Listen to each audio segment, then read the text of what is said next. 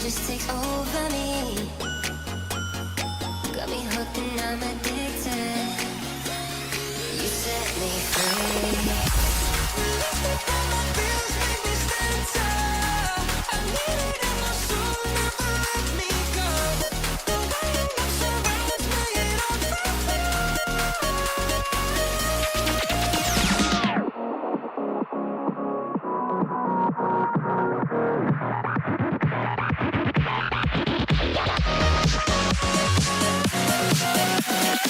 got me hooked and I'm addicted.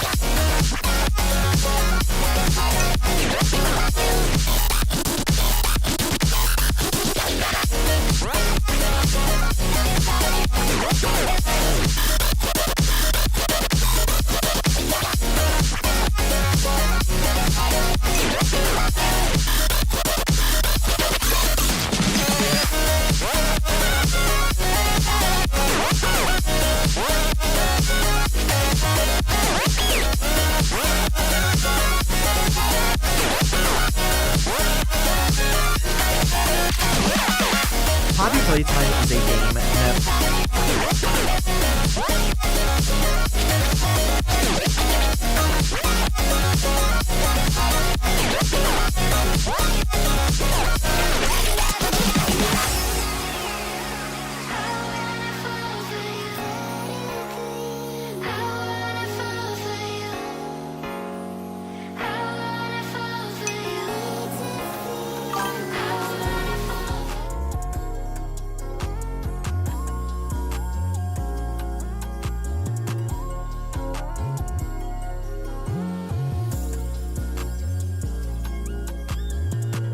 My glitchlings, how are we? Oh my gosh. Welcome in everyone. I see a lot of you have joined. Please ignore how I look, okay? It's been a crazy couple of days and I'm gonna talk about it, okay? If you heard the video in the background, I was just getting it up. We will keep... Actually, yeah, that's ready to go. I want to thank Wizard Whooper for the recommendation today. So we will be watching, it's actually a 2.5-hour video, which honestly, I need this tonight. I need this. I have had a crazy couple of days. Oh my god, it's a hyper! What? Guys, I've missed you. I'm so sorry that this has been such a short stream week. Obviously, all the events and things, all the errands I needed to run and everything, of course, they're all on during the same time. So week after week we've been so busy. So unfortunately we've only like streamed I think twice this week. So I'm really sorry about that. I was or maybe a couple of no? I have no idea. I was supposed to stream yesterday, but I got so busy. So basically what had happened is that we have this shed, okay? We've only lived in this house for like a year or so. A bit over a year, maybe a year and a half. But we haven't sorted out the shed. So all the stuff that I'd basically brought over from where I was previously living, we all just shoved it in the shed. And also there was stuff in there from the previous people that had lived here that just dumped it, like a mattress, a whole ass mattress in the shed. So thanks for doing my suggestion. Of course. You know what? I do need to watch because we didn't get all of the media in probably Playtime through our playthrough. So we need to watch the actual timeline so it makes sense. So I'm glad you're excited. But welcome in and thank you for saying hello to everyone, Crazy Angie. But anyways, yeah. So we were some law isn't in the games as well. Okay, see, this is what we need. But yeah. So basically, yesterday. At 9 AM, I had all my things fallen off. Make sure that is stuck on. 9 AM yesterday, me and my partner, we cracked outside and we basically emptied the entire shed into the backyard. We have a small back garden. So we basically like emptied all of it into the back garden. And then we were sorting it out bit by bit, like going, and look guys, there were mice in there. Oh! I mean, that's what we get for not looking, you know, for not sorting it out for a year. The whole shed. Mice, oh my gosh, you're gonna love this story then, Wooper. So basically, yeah, we emptied all of it. And then box by box and things like that, like we sorted through the stuff going, okay, what's salvageable, what's not, you know, is there anything we can donate? Because like there are some things like the mice didn't touch. So I'm like, okay, well that stuff we can, you know, donate. So that's completely fine. But a lot of stuff we had to chuck out. And just like broken stuff. I don't know what, I'm a hoarder. Unfortunately, it's part of my ADHD. I am a bit of a hoarder. So I just have stuff. If you couldn't tell. I just have stuff. So a lot of like, there was a broken lamp in there. And my brain thought, oh, fix that. No, chuck it out. Okay, it doesn't work. It's done. So we basically emptied all of that. So like, it took us a long time, actually. It really took us a while. Oh my gosh, this thing keeps falling off. Be nice to me. Oh my God. So yeah, we basically emptied everything. Like my hair's crazy today. So that was yesterday. And then as we were moving stuff, what do I see on the floor? Tiny, I'm talking teeny tiny baby mice. Teeny tiny. There were 3 of them. And they were like newborns. Like they couldn't open their eyes. They could barely fucking walk. Like they were like, they were so... Actually, I have a photo. Wait, I have a photo. It was so cute. I'll put it in the Discord as well so you guys can see. But they were so cute. So, thank you so much. Thank you. That man just bought me pizza. I had to, like, race on to stream because I was like, it's almost 6 o'clock. So I got some pizza as well. Let me see if I can find the photo because it's really cute. Okay, here they are. I put them in a shoebox. Look at the babies! They were tiny. Where's your slice? You just had to ask. Jesus. Angie's gotten aggressive. All right, go on. Take a bite, everyone. Come on. Oh, it's steaming. Do you see that? You don't. It's steaming. Take a bite. Come on.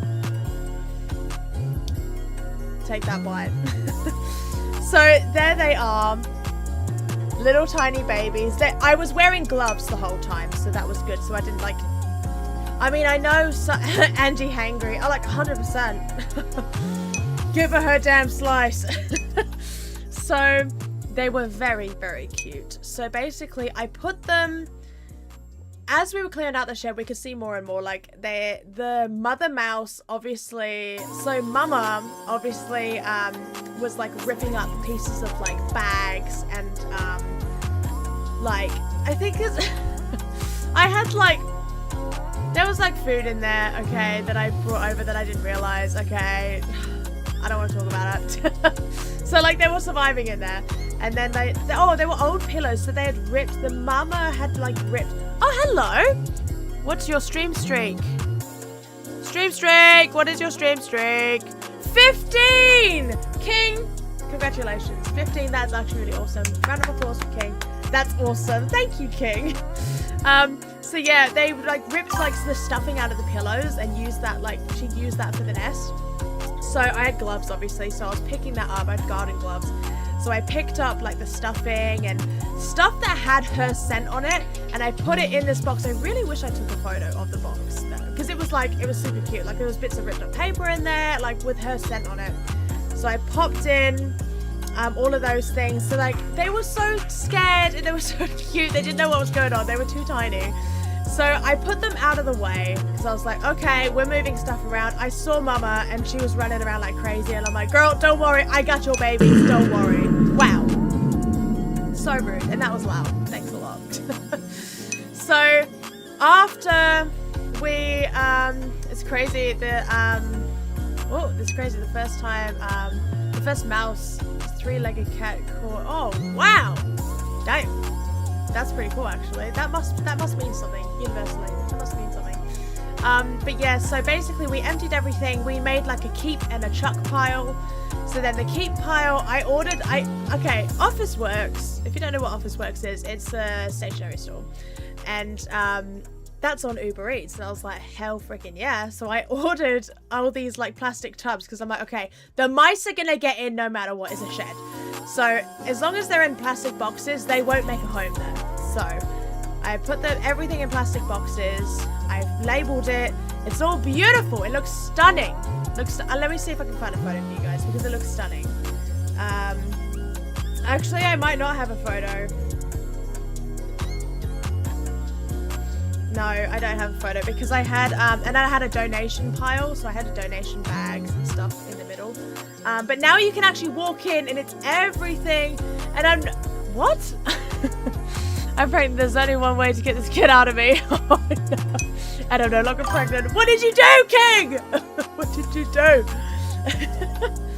And it's the worst because they're so cute, it's hard to move because they get, I know, and look.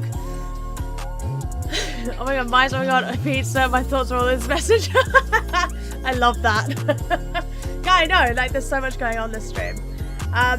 So everything's organised in the shed now. I swept it all out, everything's organised. It no longer smells like piss, thank god. And then we've organised like a council pickup, so all of the stuff is on the side of the road. So the council will pick it up next week, start of next week. So thank god. But last night, actually, there's a little hole where the mouse can get in through the shed. So what I did is I put that shoebox with I put holes around the edges, but the lid slightly open, put it in the corner, thinking, praise the Lord. I really hope. Oh, is my freaking attacks working, by the way? Are they working? I don't know if those ones are working. Oh, no, I don't think the channel points do that anymore. Never mind. I'm just making sure the alerts are working. I put it near, so I put the shoebox there, and I was hoping that the... Luna, you're not getting a slice. No, that's it. You're not getting a slice. That's it. That's it. You're not getting a slice. It's all for... everyone else can have a slice, but not you. So you're not getting fed tonight. Alright, that's it. I also want a red panda. Yeah, I know, right? Like, I want a zoo. There is a rabbit at the RSPCA, at the animal shelter, called Otis. Tell you what, I need that rabbit, but I don't have any room for a rabbit, okay? I have 2 cats and that's enough right now. It's just to make sure they're working. No, I don't think that was the only reason. So I was hoping that if I left the shoebox there, that Mama Mouse would come get the kids and relocate. Guys, update. This morning she took the babies. Hallelujah! They are reunited. I'm so pleased. I'm so pleased. Ah, Rumble, welcome in. Hello. I was just talking about my crazy couple of days. But Mama Mouse did take the babies and they are reunited. So that's good. She was in this morning and she looked around. She's like, this place is shit now because there's nothing here. And I'm like, babes, I'm sorry, but you can't stay. You can't stay. So I'm really, really glad that, because otherwise I would have to take them to the animal shelter because they are in contact with like mouse and like rat sanctuaries. So then they like obviously disperse and they do that stuff. So 9 a.m. till 6 p.m. yesterday, that's what I was doing. And I was organizing everything. And then this morning, my partner and I, we went to the city, which I got a few things, by the way. We went to the city. By the way, I lifted a heavy box incorrectly. My retail days, like the freaking announcements that they have in the stores all the time say like how to lift correctly. They'd be slapping me on the back of the head because I lifted a box and I didn't lift it. I lifted it with my back, not with my knees, and I messed up my lower back, so it really hurts. So it really, really hurts right now, unfortunately, but we'll fix that. We will fix that, don't you worry, guys. So yeah, we went out to the city today. My feet are killing me. And then I don't even know what time we got back, but we had lunch in the city, and then we got back, and then immediately we grabbed, we got all the rubbish from our backyard and we put it on the side of the road. So that is all done, all done, all dusted. I don't have to worry about it until Tuesday. Next Tuesday I have to oversee it, make sure they take it all, make sure the council dispose of it. So I've had a very busy couple of days. Unfortunately, this weekend I won't be, tomorrow and the weekend I won't be streaming because I've got a massive family event on that I need to travel for. But next week we are back to normal, baby. So we'll be streaming pretty much all the time. Oh, let me see what I've caught up on, what I need to catch up on. If I ever need a job from when the acting won't work out, I'll be working in, oh my god, I would love to work in a zoo. That would be so cool. I love animals. They reunited. I know, I'm so pleased they reunited. Oh, they're all good together now. I know, they were so cute. I wanted to keep them, but I'm like, no, that's unethical. Oh my gosh. So I'm assuming, Rupert, that your favorite animal is a red panda. Am I correct? And mice can lead to snakes and some. That is very true. That is very true. So, but at least now, if I go into the shed, if there's a snake there, I'll bloody know about it because there's nowhere for them to hide. Hi, Luna. It's been a hot minute. You think? My favorites are my favorite animal is spotted hyena. I love hyenas, but I also love rabbits, so it's really scary. I know. So I've had a crazy couple of days. It's been insane. So I do apologize that we haven't streamed much this week. Obviously this weekend I'm going to be busy, but we are back to normal. So next week, so Monday I'll be streaming, and then so on and so forth. We'll be streaming. Hopefully we can stream on the weekend as well. But I do apologize for not announcing earlier what time I was going to be streaming today. I didn't know either. So because of like the shed and everything, we needed to get it done. We've been talking about it for a year. But I was like, you know what? I need to just get it done. And then I finished at like 5. So I was like, you know what? I'll announce that I'm streaming at 6. And then I came in, put washing on, did all of that stuff. I couldn't even do my pizza. Obviously my partner had to do my pizza, but we're done. But oh my gosh, it has been a wild ride. But I'm no, I'm just annoying and impatient. No, I honestly, you're completely fine. And I'm excited that you're excited. So yes, you will see more additions being added to stream, as in like background stuff and everything, because I just found it all in the shed. So I'm washing some stuff and everything, so you'll see it pop up. Ah, Pola, welcome in. How are you, my lovely? So I think this stream is going to be perfect for tonight because I'm really, really tired. I don't know if you can see the bags under my eyes. I'm really, really tired, but I'm super, super excited for this because I need to know what's going on with the Poppy Playtime lore, okay?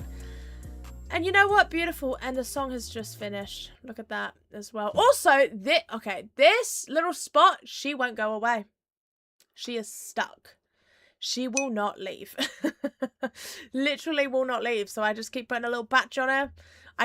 You know what? I did pick it. So maybe that's why she's like, hey, girl, don't do that. So that's on me.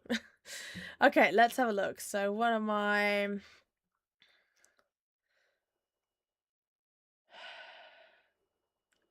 Let's see. I don't care if they're dangerous, I just don't like them. I'm not a big fan of spiders. Mice I don't really mind, but I'm not a big fan of spiders. We didn't see that many in the shed actually, which I was really surprised about. So let's have a look. Let's go here. Oh yeah, I need to change it. Window capture. Let's turn... Oh! Sorry! I clicked the wrong one. Wow! That scared me. Let's do that. See ya! No more background! That scared me. Okay, so we're gonna use that one. We're gonna turn that one off. And then what are we gonna do? We're gonna do... Ha ha ha! There you go. Isn't that beautiful? What if I full screen that, what does that look like for you? Actually, no, I don't want to full. What does that look like? Oh, I don't know. Let us figure this out. I want it to look nice, okay? I want it to look nice. So. But how is everyone? How has everyone been doing? I know it's been an interesting week. It's an interesting time in general. Look at that. Oh. Oh. Call me a professional. What is that noise? Oh. The washing machine is loud AF. It is so loud. I want it to look pretty. Oh my god. Watch me edit this. Watch me look how good I am at this. I want like that. Yep. Yep. Oh. Oh! Oh, clean! Oh, it's clean! It's clean! Look at it! Oh! Stunning. Stunning. You don't need to see anything else. Oh! It's beautiful. Washing machine. Washing machine streams, I think. What the hell? Scully, welcome in. Girl, you made me laugh, okay? You always know how to make me laugh. Welcome in. It is a sleepover. I'm not in my pajamas because I was like, do I want to wipe my makeup off and watch you, and so you guys can see my gremlin face? No. I don't wear a lot of makeup, so you wouldn't know the difference. But we've got pizza. We're having a pizza night. Everybody take a slice. Come on. I'm sharing. I'm sharing now. Everybody but Luna. No, it's all right, Luna. You can take a slice. Everyone take a slice. Everyone eat. Okay, I feed everyone good, okay? I take care of my fledglings, okay? That's bloody lovely! Okay, let's get in the wormhole. Yes, let's get started, shall we? Can y'all see it? Let's do this. So I don't want it too loud. Gonna burst my ears. But honestly, this is a perfect stream tonight because I'm tired. Because I'm tired. Alright, I've got it in theater mode, so. Poppy Playtime is a game known both for its super in-depth, but... Oh, by the way, sorry. If you guys don't know, we're going to be doing a deep dive into Poppy Playtime lore when this video is 2.5 hours, so have fun. Because I'm so scared right now. Pizza for breakfast, let's go! Oh, oh, oh! Thanks! Yes, pineapple on pizza, like... It's the only way to do it. Okay, I like the sweetness to it. Well, I gotta have dinners now. I'll be streaming once. I just fed you, Luna. I just fed you. Okay? I just fed you, and you're gonna do that. No, it's all good, Luna. But we are gonna do a little deep dive. So this is gonna be really fun. I'm really excited about this actually. Because there's so much lore that we still don't understand. Thought you were playing it. I was gonna play it, and then I thought, you know what? I haven't actually told you what I'm doing, so gotta have my video essay guide to talk. Oh my god, I love video essays. Don't even get me started. Danky. Okay, I love this I have to put him in the Discord, but I love this guy named Danky. He's so funny. And I love him. Okay? I watch his stuff all the time. And play. Poppy Playtime is a Poppy Playtime is a game known both for its super in-depth, but also very complex and confusing story, hidden throughout dozens of documents, Is the volume VHS good? tapes, Is the volume multiple good? chapters, ARGs, a spin-off, a book, a Fortnite map, and more. So much so, it would take me hours to explain the entire story. And that's Perfect, why, thank you, for the Whipper. next 2.5 hours, I'm gonna fully break down and explain all of the lore That's a good in song, by my the way. updated Poppy Playtime timeline. My Hell name yeah. is Elliot Ludwig. Oh! The Bigger Bodies Initiative. We called it the Hour of Joy.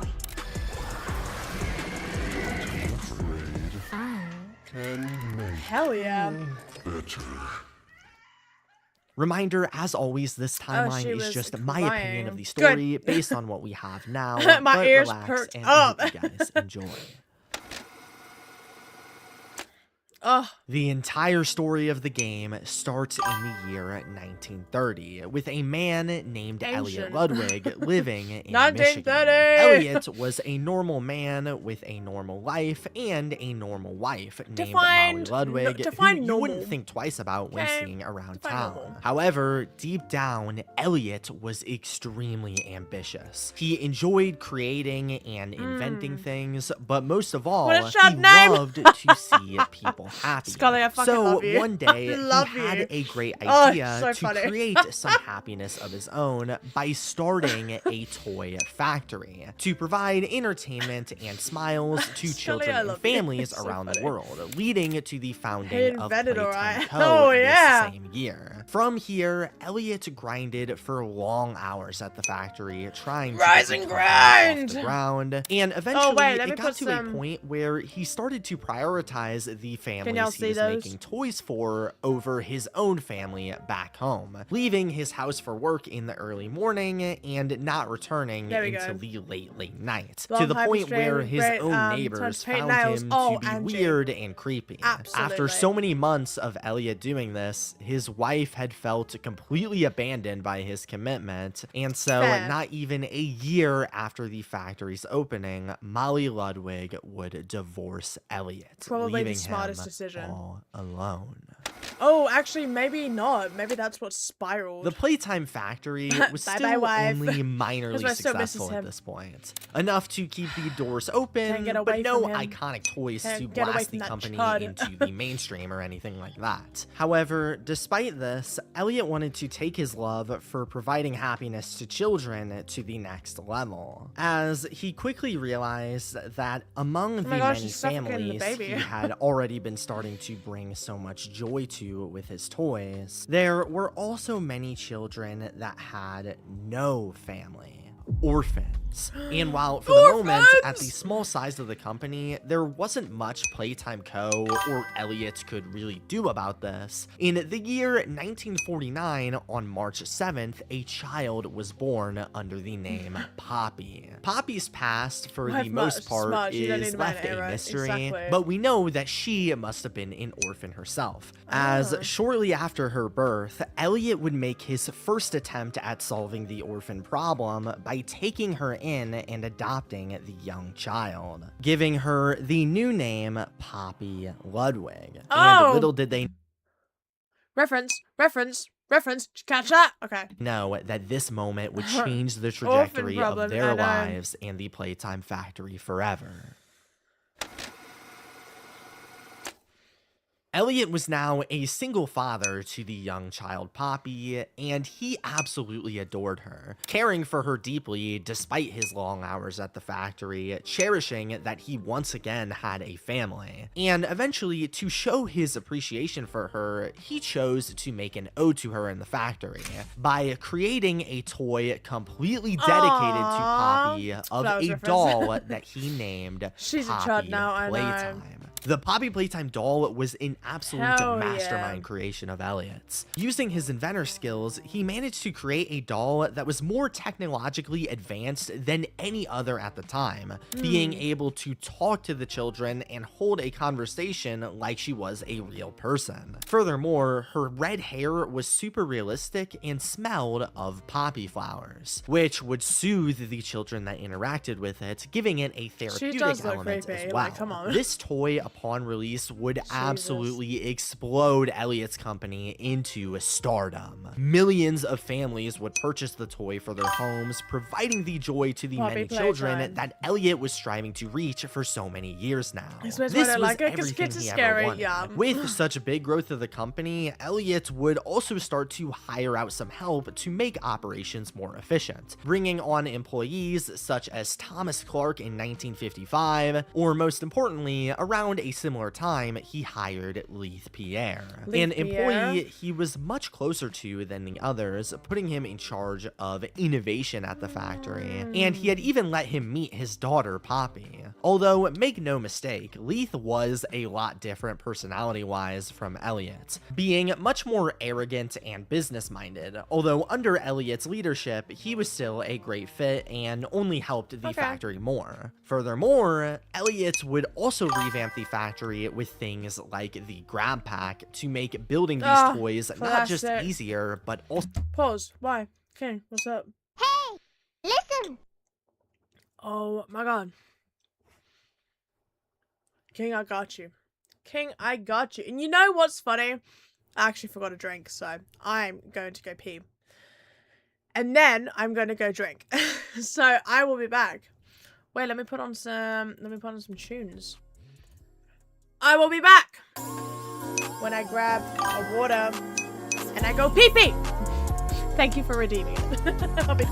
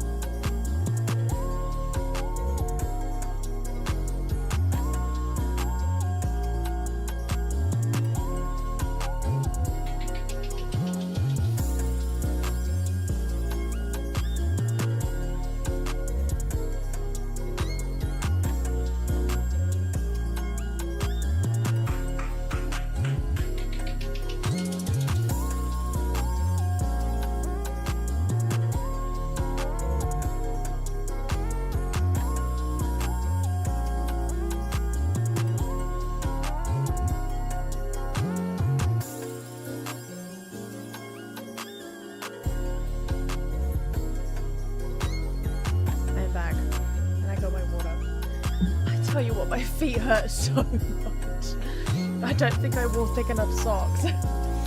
Oh my god, they hurt so much. It's fine. We work through the pain. We live through the pain. Okay, there we go. And the song was almost over. Would you look at that? Oh my gosh. I'm back. My feet hurt so bad. I need to, like, I don't know, moisturize them or something. They're screwed. Oh, fuck! Angie, that was dangerous! I was holding my drink! Shit. I actually almost spilt it. I'm not even kidding. That scared me. No peeing yourself on stream. Not yet. Hey. Maybe add a few more followers. We will.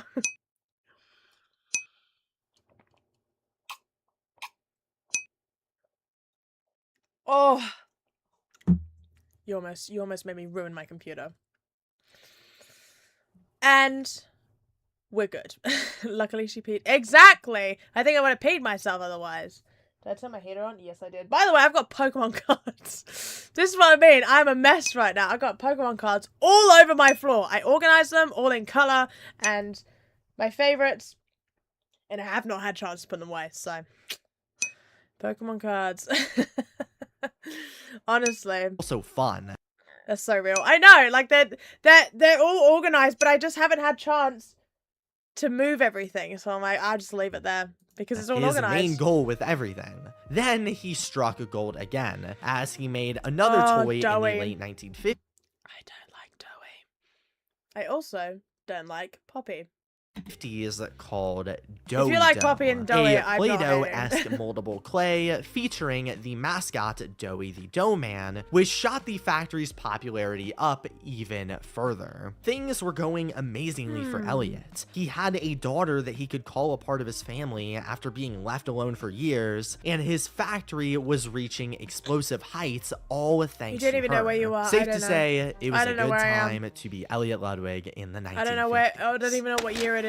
So I'm trusting you guys to give me the right Following the information. boom of the Playtime company, Elliot was able to provide more forms of joy for families when he would open up his factory for official thank you. tours, Thank where anybody could come inside and Wow, I view feel like how the everything's many really toys he advanced was for creating were 1960. built. He even would invent the Make a Friend machine in 1960 so that the visitors of the Family factory could come tours. inside and create their very own toys out of That's this kinda cool. cartoonish toy maker with levers to pull and eyes that moved around like it was really living. On the topic of Poppy the human, she had just reached 11 years old in March of that same year, and as she grew up, she only became more and more in love with Elliot's factory. She wrote in her Fair. diary how much she adored all of the new toys Elliot was creating every single Oh, year, with the okay. most recent one being some kind of sailor toy, as she wrote. Now, at this point, she had Cute. begun going to school for a while, and with Yeah, her I don't wanna live status that as the either. daughter of the famous Elliot Ludwig, other kids would often talk with her about him and warned her that as she got older, she would grow bitter and her love for the factory would wane over time. But she didn't care what they said, she loved it. Kids were saying that shit. Yeah, I don't buy it. Elliot would also tell her that he eventually wanted to build Kaputa more thirsty. Playtime Co. facilities all across the world one day, Kaputa's so and she hoped to thirsty. travel there to see them when they were finished. Beyond Poppy, though, the factory would create more successful toys like Brawn the Dinosaur in 1961 and Boxy Boo in 1966, among presumably many other undated experiments like What's your Pianosaurus and his favorite? dinosaur band to keep growing the factory further. However, as the years went on, Elliot wanted to do even more to help out children. I knew it. As while It's your sure, fave. the factory was doing its job great, and he had also adopted an orphan to give her a better life, he knew he could do so much more good if he just kept innovating. So, while nothing much would come from it for now, he Okay. began to mess with the idea of scientific experimentation. That's bad. That's a... No, Elliot Ludwig. No. We don't do that. It's a bad idea. Specific When my dad got a block for a head. When my dad got a block for a head. Ugh. Honestly. And she gets bullied because she didn't take after his looks. What a sad life, hey? Oh, look, we're gonna get cancelled. Twitter threads will be posted today. Oh, yeah. 100%. 100% with all the theories. Yeah.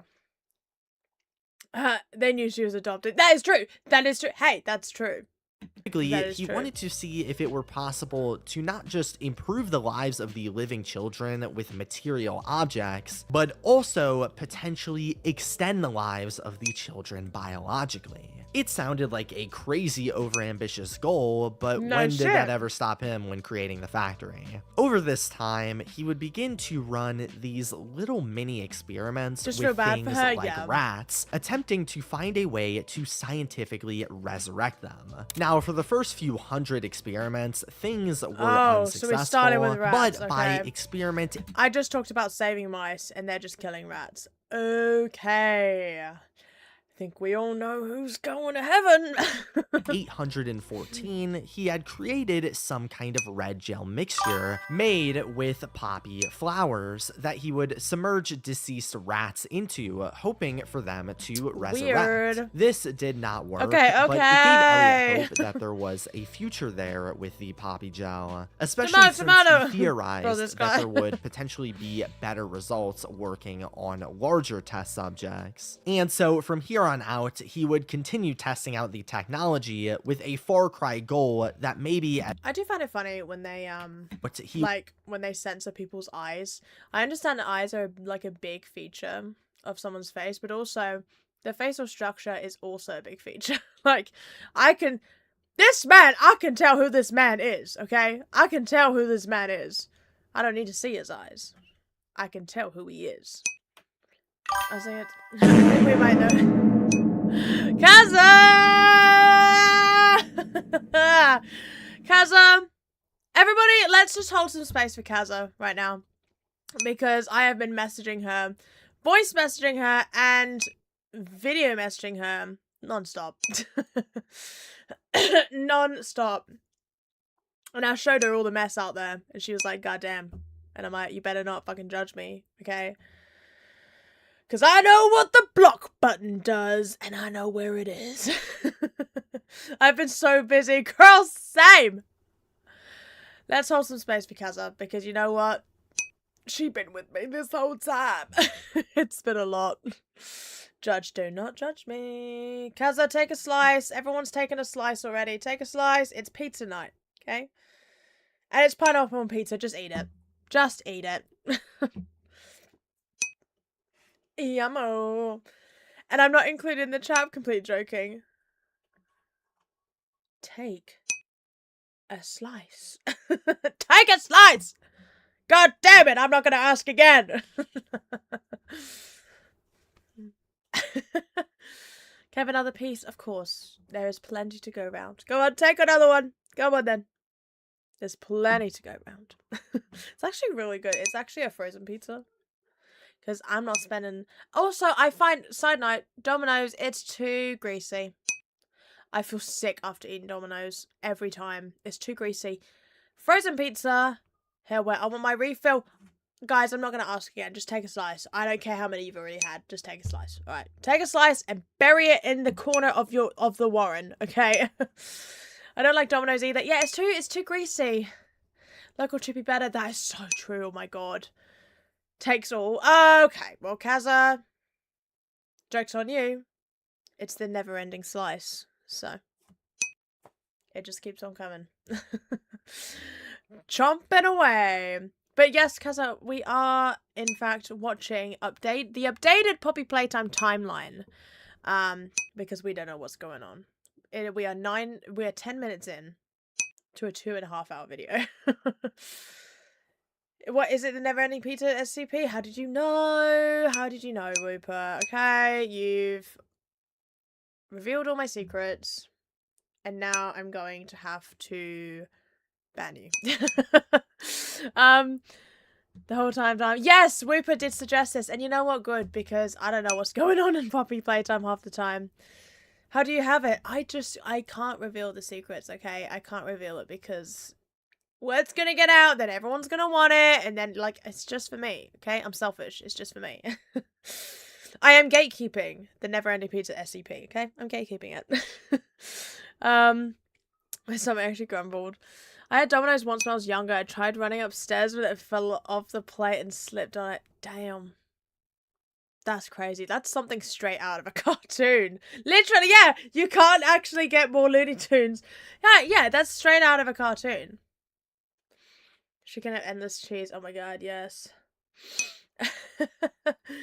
Lost aura points. But then you gained them again when you started streaming, so I guess it's not really a lose. It's not a lose situation. My mom was actually livid. Yeah, you know what? That would have tipped me over the edge. That would have tipped me over the edge, you know. By the way, you know everything that I've been through these last couple of days. I walked inside and I was like, you know what? I really need a glass of water. I stepped right in cat sick with my socks on. I stepped in it, it was cold and it was wet. And I just thought, take the sock off, put it in the sink, and I had to rinse it out before putting it in the wash. It was disgusting. Alright. So that's my life, pretty much.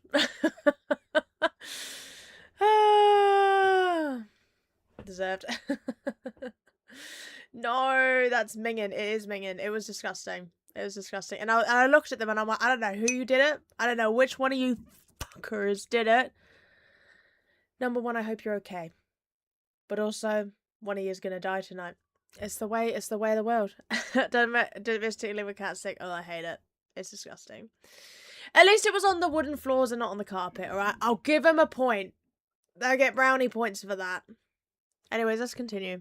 He would continue testing out the technology. Also, I can with tell a who these far men cry are, goal that even if they maybe got their at eyes some blurred, point so. it could be used to revive actual BRB, of people. course. But anyway, at some point in the 60s, Elliot also had another idea to help children in need, specifically when it came to building careers, as he would develop and launch the Young Geniuses program, a program where children could visit the factory and help Elliot Ludwig with innovation. Meant to be so free labor.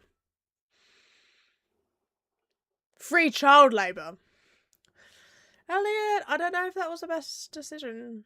Feel like that's illegal. Not at the time though, probably. Way to I was both just showing his get box there with the children employees. involved Exactly. with the invention See, part we of the get in the factory, story. and to scout out intelligent minds that could help develop the factory when they got older. Free Especially labor? when it came to the experimental stuff that he was starting to tinker with. Many children would apply Like to this this guy's program, voice. and Oh, many would get he accepted. has that like voice, Charlie you know. Moth, Bruno White, Benjamin Rutherford, and most importantly of all, there was a child named Harley Sawyer. I don't know Harley any of these was names. a very quiet and isolated child with a very shaky life back home, and that showed when he visited the factory, as he had little care for talking or friendship. However, he took a very intense liking to Elliot and the scientific process. He enjoyed that's getting creepy. to learn from him, It's hurting and my said ear. that being a part of the program was all that That's he not my had ever fault. wanted. Not only that, but he was extremely intelligent. He was even described as the most brilliant mind that Elliot had ever seen.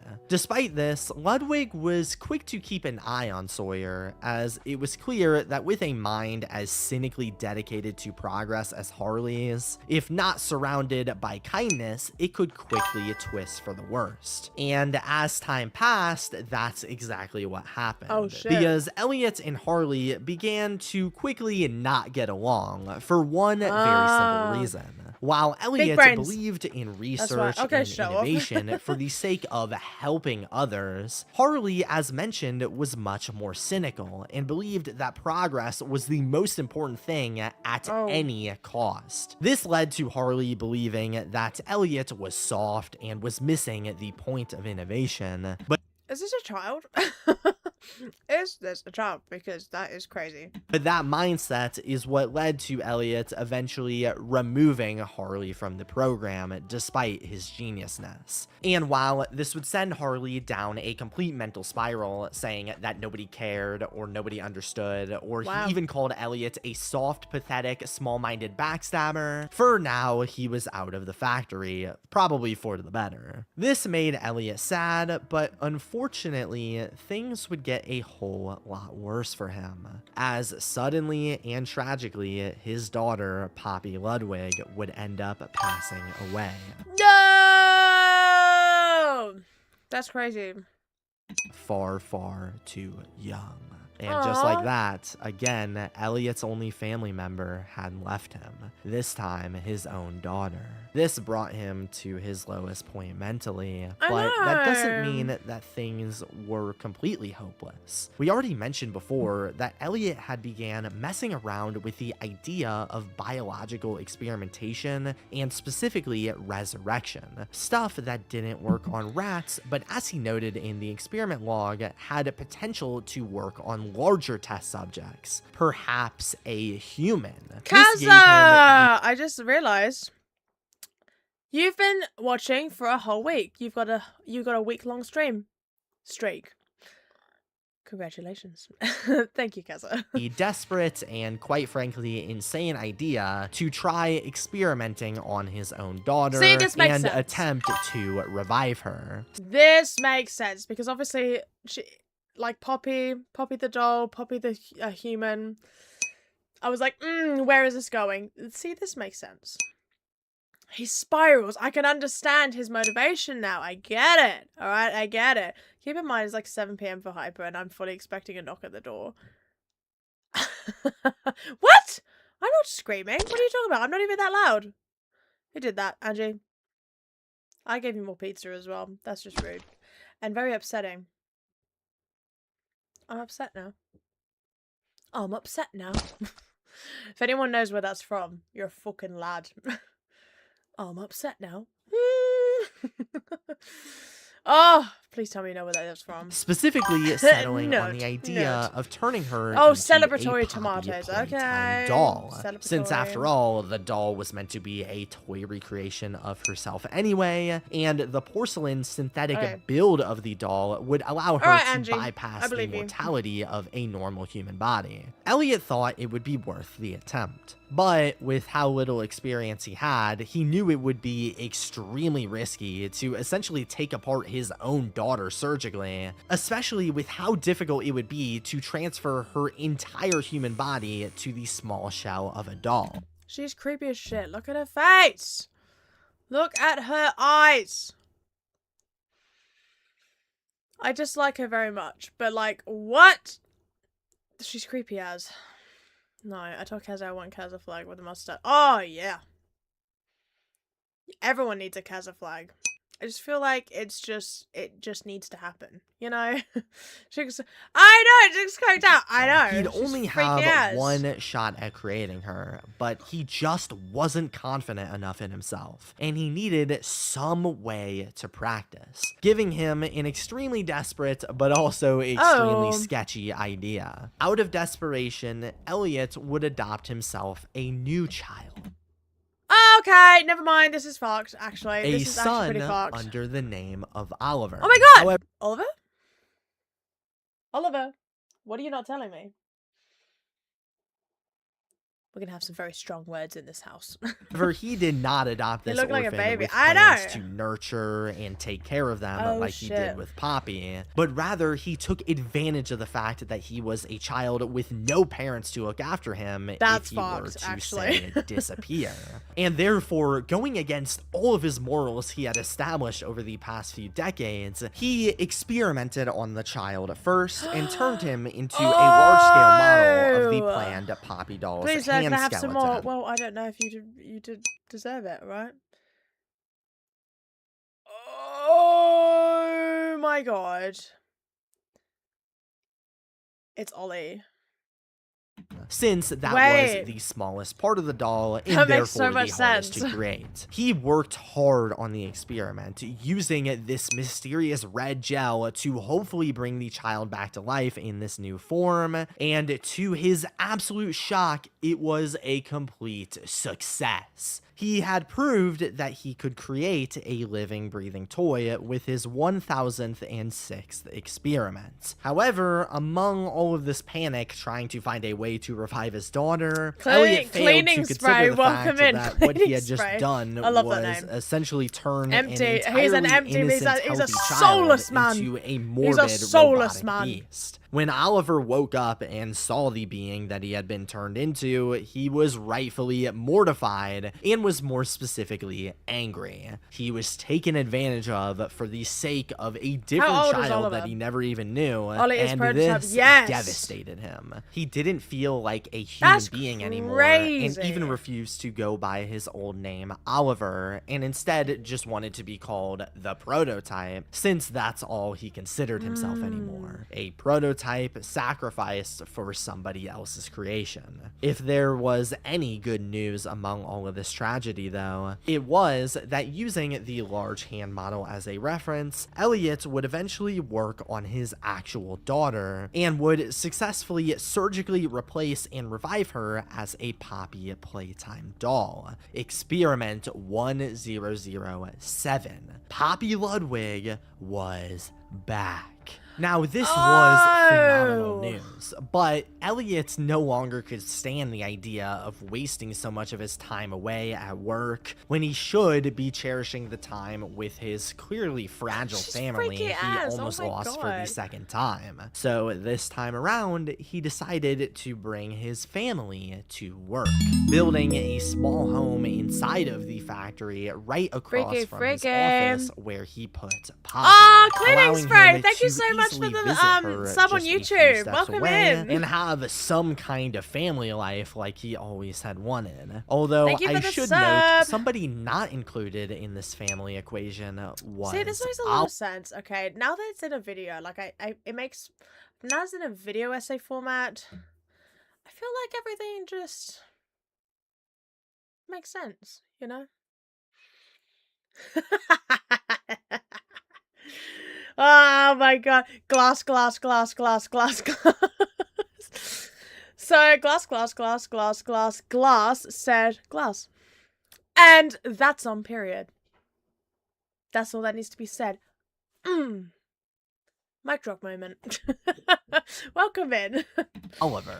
Despite Elliot telling Oliver that they could still be a family. We could be a family if you want.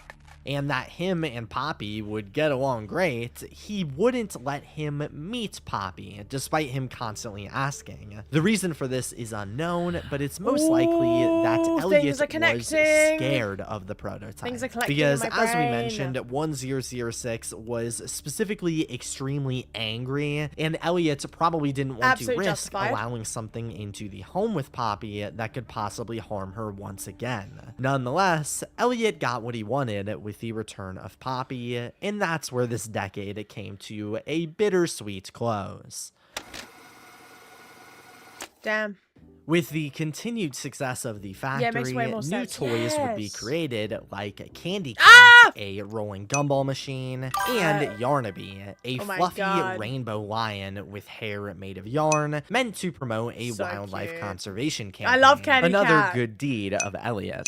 Eventually, in 1972, Elliot would partner with a construction company, Warrenbach Construction, to expand the Playtime Co. building further, creating all sorts of new areas, namely a full-blown innovation wing, all sorts of production lines, and a Playtime Co. theater where they could play shows for... That's in Project Playtime. That's in Project Playtime. I miss Project Playtime so much. I know. Kitty. Literally, like, I miss Project Playtime so much. It was so fun. I'll try and see if I can play it because it was really fun. Are you just making new accounts? Have you just got lots of accounts? Because someone called original book and then just book. And we're speaking straight facts. Is what you're telling me. We're speaking straight facts. tour guests, to name a few. However, the biggest thing that they would create during this time would be in 1976, when Elliot revisited his relationship with orphans. While it had been rocky up until this point, we don't need to revisit that at all. He still valued them, and possibly out of guilt for what he had done with Ali, he decided to create an entire orphanage program under his company, centered around providing homes and happiness to those without parents, starting the Playtime Co. Foster and Adoptive Care Initiative to encourage the adoption of children among Playtime Co. employees, while also having Warrenbach build an entirely new place to house them in Playcare. Yes. An orphanage below the ground that was domed off and designed to recreate essentially a paradise for children. It gave them beds to sleep, schools to learn, counselors to talk to, a toy store, a playground, all throughout a massive city facade. Elliot would also hire all sorts of upper-level employees at or around this time, like Stella Graber, who would manage Playcare, Jimmy Roth, the head of marketing, Stewart, who would be the current head of shipping, and Eddie Ritterman, the head of research, among others. I recognize some of these names. At this point in Playtime Co.'s history, they were certainly successful, and the factory would continue to expand as normal with the creation of toys like the Swapamals, a line of expandable toys featuring PJ Pugapillow. There's my boy. There's my boy. For those who don't know, I love PJ Pugapillow so much. Love PJ Pugapillow. And desperately need him in an extra large plush. And Cat Bee. There was a Bunzo Bunny. We and love they even made him! an action figure based off of the popular Doughy Dough toy, Doughy the Dough Man. But now, being 30 years removed from the release of Poppy Playtime, the factory's best days appeared to be behind them. That is, until the year 1984, when Elliot and Playtime would release none other than Huggy Wuggy, a blue, hairy, smiling stuffed animal that absolutely exploded the factory's popularity You're just making to even higher levels than the Poppy doll. Coffee. And then the emoji of the coffee. Okay, we're switching it up. We're switching it up. I love that. Ever did. Huggy quickly became Playtime Co.'s most successful toy, Huggy selling Wuggy! millions, and it wouldn't take long for them where's to my Huggy? Hold up. Sorry, let me step over the Pokemon cards. I need to organize those next week. There he is. See? There he is. We got Huggy. We got a mini Huggy. Mini Huggy Wuggy. Why don't you just sit right there on the mic? There you go. You can't see him. He's on the mic. Capitalize on this success Huggy on the further mic. by immediately turning around and releasing a pink female version of Huggy named Kissy Missy I just love a year Kissy later Missy, in though. 1985, expanding the universe even wider, along with releasing the mini Huggies around this point for a more affordable version as well. Playtime Co. Yes, now I got a had mini hit Huggy a right here, completely actually. new peak. It was I've actually making got a mini more Huggy money right than here. ever, selling more toys than ever, and most importantly to Elliot, helping and providing joy to more people than ever. Although, speaking on Elliot, at this point he was beginning to get spooky. quite old, working on the factory And for the Wuggies, over 50 yes, the mini years Wuggies. now. And so he began to scale back into retirement, allocating more and more duties to his right-hand man, Leith Pierre, to be his presumed Leith Pierre. successor once he fully was retired. Although he wouldn't really get to retire, because brewing beneath all of this newfound success over all of these years was Oliver, or the prototype's, rage against Elliot for what he had done to him. After years, now his anger had finally reached a boiling point, and it was his time to get revenge. Eventually, the prototype would attack and kill Elliot, before then attempting to make an escape through Playcare, where he'd temporarily hide, attempting to make an escape. Wait, did he actually and kill him? Kill Elliot. Oh shit, so he actually attacked him and killed him. Not attempted. He actually did it. Okay. He's a man of his word. Or a boy of his word. Before then attempting to make an escape through Playcare, where he'd temporarily hide among all of the other children. Yes. After Elliot's mysterious disappearance, at first nobody knew what happened to his body, but it wouldn't take too long for them to find out. As moving back over into Playcare, the prototype wanted to break for the next exit. However, in order to power on the back door he wanted to use to escape, he would need to power it with 2 green grab pack hand charges. An attachment for the grab pack developed so that employees could power on doors whenever they wanted. Obviously, he couldn't power these on because he was just a hand, and also risked being caught when trying to steal the equipment. However, for as limited as he was physically, he had grown to mentally be extremely intelligent. So the prototype just started off as a hand, is that right? But I'm confused. Was he just in a hand? He was just a hand? Really? I mean, I kind of knew that. But at the same time, I didn't.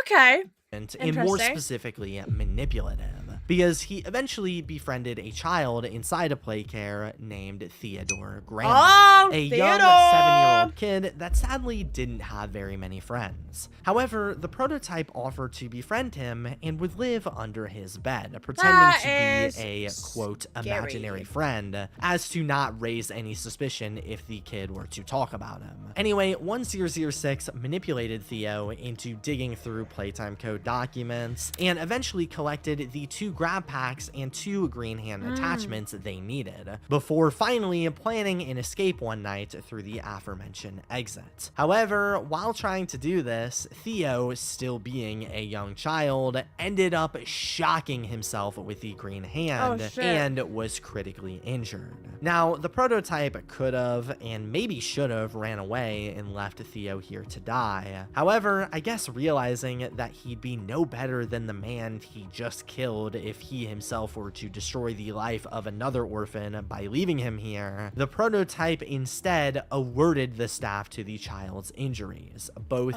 saving Theo's life, but also leading to the discovery of the prototype, and perhaps most importantly, Elliot's body, finally giving them some kind of reason for his disappearance. He was killed by this thing. Nonetheless, the factory workers were horrified by what they saw, especially the company's new leader, Leith Pierre. And upon trying to talk to the prototype in containment to figure out what happened or develop some kind of motive, he simply wouldn't talk or do anything to give any kind of explanation. However, to learn more about this Playcare incident, Leith would hire himself a private investigator named Jared Lockhart, who he tasked with investigating all of these incidents and going through Elliot's files, specifically to hopefully learn more about what this random metal claw creature is meant to be, only for Jared to find mentions and later discover that there was a second creation, Experiment 1007, Poppy, the real living Poppy. This doll perplexed Leith because while she was much more willing to talk and give him answers, which was helpful, she introduced herself as Poppy Ludwig, as in Elliot's daughter, and she even remembered meeting Leith years ago and had the same voice from back then as well. Although notably, she didn't particularly look happy, but rather appeared to be traumatized by everything, likely because her father was dead. While Leith would be thrown another curveball when, throughout Elliot's files, they found mentions of the resurrecting red poppy gel as well. Now, as confusing as discovering all of this must have been, Leith, being the businessman he was, quickly saw a ton of potential in all of this for the company. Elliot first burst onto the scene with the lifelike Poppy doll, but if they could now figure out how to use all of this tech to make toys as realistic as this Poppy doll, it would put any other toy company out of business. They wouldn't be able to compete. So this is how... Now, unfortunately, Leith didn't have the technical know-how to take these things apart, and definitely wouldn't know how to recreate what my weekends are like? But he knew some people that maybe could. As another thing that Elliot had left behind was the Young Geniuses program, filled with a list of ambitious children from decades in the past. Leith would have his investigator, Jared, track down every single member of the program and figure out what happened to them all. Some people built up normal, successful careers doing things like anesthesiology. Some people appeared to be dead. Others had no descriptions at all. However, there was one person that stood out to the team, Harley Sawyer. Now, Dr. Harley Sawyer, who had many years of what they called, quote, practical experience, being certified by the ABNS, or the American Board of Neurological Surgery, meaning that after his run-in with the factory, Harley had become a professional in neurology, or the study of the brain. This, along with his reported high-level intelligence in the past and obsession with Playtime Co, made him everything that the factory needed right now. Although there were still a lot of worries about his reported temperament as a child, so despite him being by far the best candidate, they would instead avoid him and would rather hire hire a few other scientists from the program, namely Right. Bruno White, Anthony Carrizales, and Carmine and Evelyn McCabe. Upon bringing them all in to study everything, Crazy Lord, they I'm already too pregnant. Oh my were God. unsuccessful at understanding Guys, these who made this creations with happen? how complex Didn't they even need to were. die And for. the only person to have any real documented success would be Anthony, who couldn't recreate any of Elliot's inventions or anything, but he was able to make something interesting of his Ooh. own. A red poppy flower based gas that he would call Aeternum Somnium, Latin for eternal sleep, because it was found that when a subject would breathe the gas in, it would immediately put them to sleep, eventually being renamed to the better known red smoke.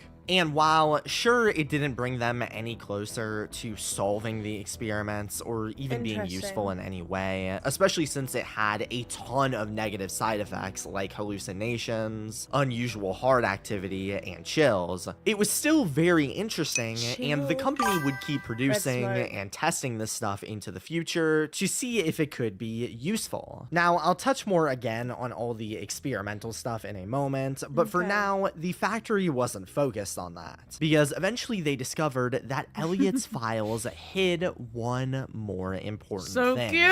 Plans for a never-released toy line called the Smiling Critters. A set of 8 themed characters designed to come with plushes that dispensed various scents and had a cartoon centered around them. With the factory raking in dough with the Wuggy's success, Leith had a ton of faith in this conceptual line, and therefore dumped as much of their new fortune as they could into developing and releasing the line ASAP, hoping for it to be a massive success, releasing in 1989. However, it was extremely controversial.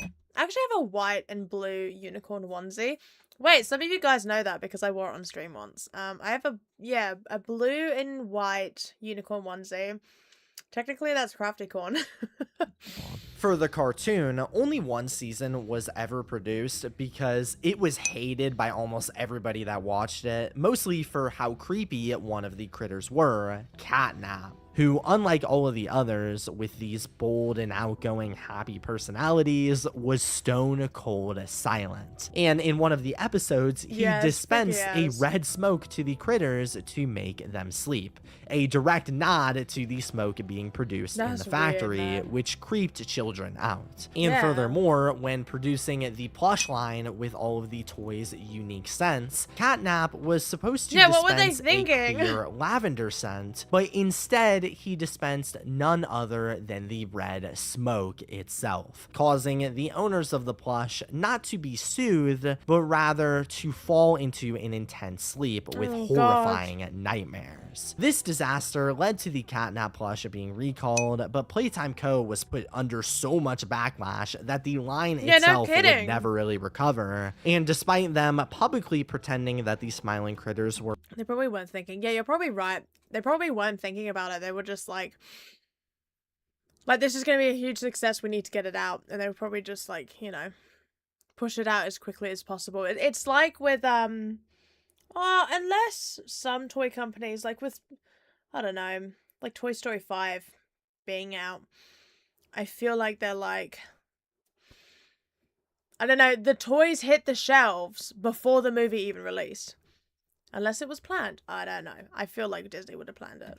Were a success, the company was basically financially ruined by this. They would attempt to sort of resurrect the line with a sequel in The Nightmare Critters, but the tragedy of the Smiling Critters would leave that unsuccessful as well. They would also attempt to recreate the Wuggy's craze by making a similarly themed character, Chum Chompkins, that was also not very well received.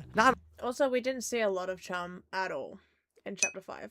Not only that, but with the disappearance of Elliot to the outside world, eventually police would search his home, and inside of a duffel bag upstairs, they would find a body of a young boy with missing organs and bones. The body that once made up the child Oliver. This report going public shed another new negative light on the company, and while Playtime Co. proclaimed his innocence, neighbors noted Elliot's creepy behavior when he would suspiciously leave the house at random times at night, building more of an eerie narrative around the factory. The founder was dead, and the happy image they had built for decades was beginning to crumble. Following all of these disasters around the company, it seemed like Playtime Co. was going to fall under Leith Pierre's leadership, and he needed to figure something out quickly, with his only real hope being the couple of experiments and biological research done by Elliot Ludwig. Sure, he saw the potential in them, but even with the help from the other scientists, they couldn't figure out how any of it was made. However, he did still have one final option. Harley is just like, it's like a whisper in the hallways. Harley. Harley. Becky, welcome in. Welcome in, Becky. You played Becky's fave. Of course you did. Because it's you, boo. How are you? How are you, Becky? I'm good, thank you. I had a crazy couple of days. Basically, in a nutshell, we cleaned out the shed. We've got a bunch of stuff on our front lawn ready for the council to take. A lot of rubbish. At 9 a.m. till 6 p.m. I had worked cleaning yesterday. And then I went to the city all day today. And then I got back and I put all the stuff on the side of the road. So I've had a freaking week so far. Okay. It's been a lot. Good you sorted all your stuff out. Yeah, I'm really, really pleased, actually. Oh my gosh, sorry. I just ate too fast. Oh yeah, the cute little mice as well. We saved some mice. What did you get, Becky? Oh my gosh, I got acid reflux because I ate too fast. I was scared that you guys were going to take all the pizza. What did you get, Becky? We're actually watching Poppy Playtime Law today. You got your 18 plus card! Hey! Wait, what's an 18 plus card? I don't know what that means. But congratulations. I'm assuming that's a momentous occasion. I don't think we have that here. I'm confuzzled. Oh! Oh, so you proved that you're 18. Oh, I just have a driver's license. I drawed all over that pizza. Well, that's why I'm feeling sick. So thanks a lot. I was wondering why it was soggy. Okay, now I know. Oh my god, yay! I'm so glad you got the card. Well done. Do we have that here, Angie? I don't think we do. If we do, I don't have one. I only have a driver's license. Harley Sawyer. By far, oh, the it's almost smartest healed. and most Oh, applicable. good. I'm really pleased that the tongue piercing's almost healed because, God. Yeah, we all ate that. It smelled so good. Oh, God damn it, Angie. Now everyone's gonna get sick. Of any of the studied Young Geniuses program at children. Sure, he Harley's was always super come problematic in Playtime Co. years previously, Yum pizza. but at Becky, this take point, a the slice. company was Take a desperate slice. for Everyone's taking any one. kind of knowledge that they could get. don't like and this so image of Leith would Poppy. end up inviting him back all these years later on January First introduction, my name is Leith Pierre, head of innovation, Dr. Sawyer, the neuroscientist, quite the reputation, blah, blah, blah, well for you, over a lifetime, blah, blah, blah, blah, okay. 15th of 1990. An invite that Found a Harley hair in my was slice, sure that's to not me. miss, What leading color to was it? him officially joining the factory's team. Harley was now back. When entering the factory, he was introduced to Poppy, Don't feature the nearly a year. prototype, and of Sin. course the red gel, with the goal of recreating them. Now first, starting with the gel. Definitely blonde, nasty. Well, must have been the wind.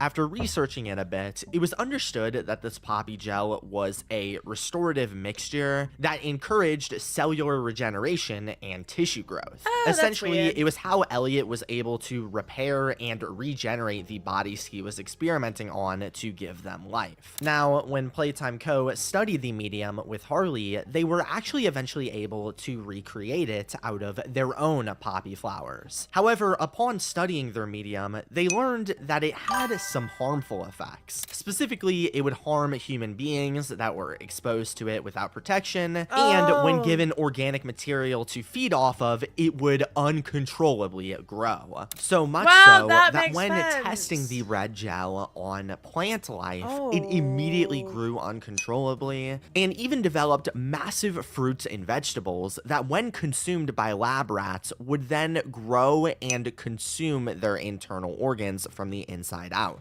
proving that the gel was dangerously good at reproducing itself and needed to be controlled. So along with the poppy gel, they also had to create a separate negation compound that essentially did the exact opposite and stopped biological growth. Next, Harley would study both the prototype and poppy to figure out how they were created, taking specifically the more cooperative poppy apart and seeing what was inside, eventually deciding that he was ready to attempt an experiment of his own. Except there was a problem. What the fuck? I know. These beings were not independent and had to be created from something already living. And as we saw from Elliot's research, smaller subjects wouldn't suffice and they need an actual human being. So where would they find human test subjects to experiment on? Well, Leith and the Playtime Co team was super desperate, so they needed to find something now. Both the prototype and Poppy were made from children, so they'd specifically want to find a child test subject that also wouldn't alert anyone so they wouldn't get caught. Then, just like Elliot, they realized they have an entire orphanage program. Okay.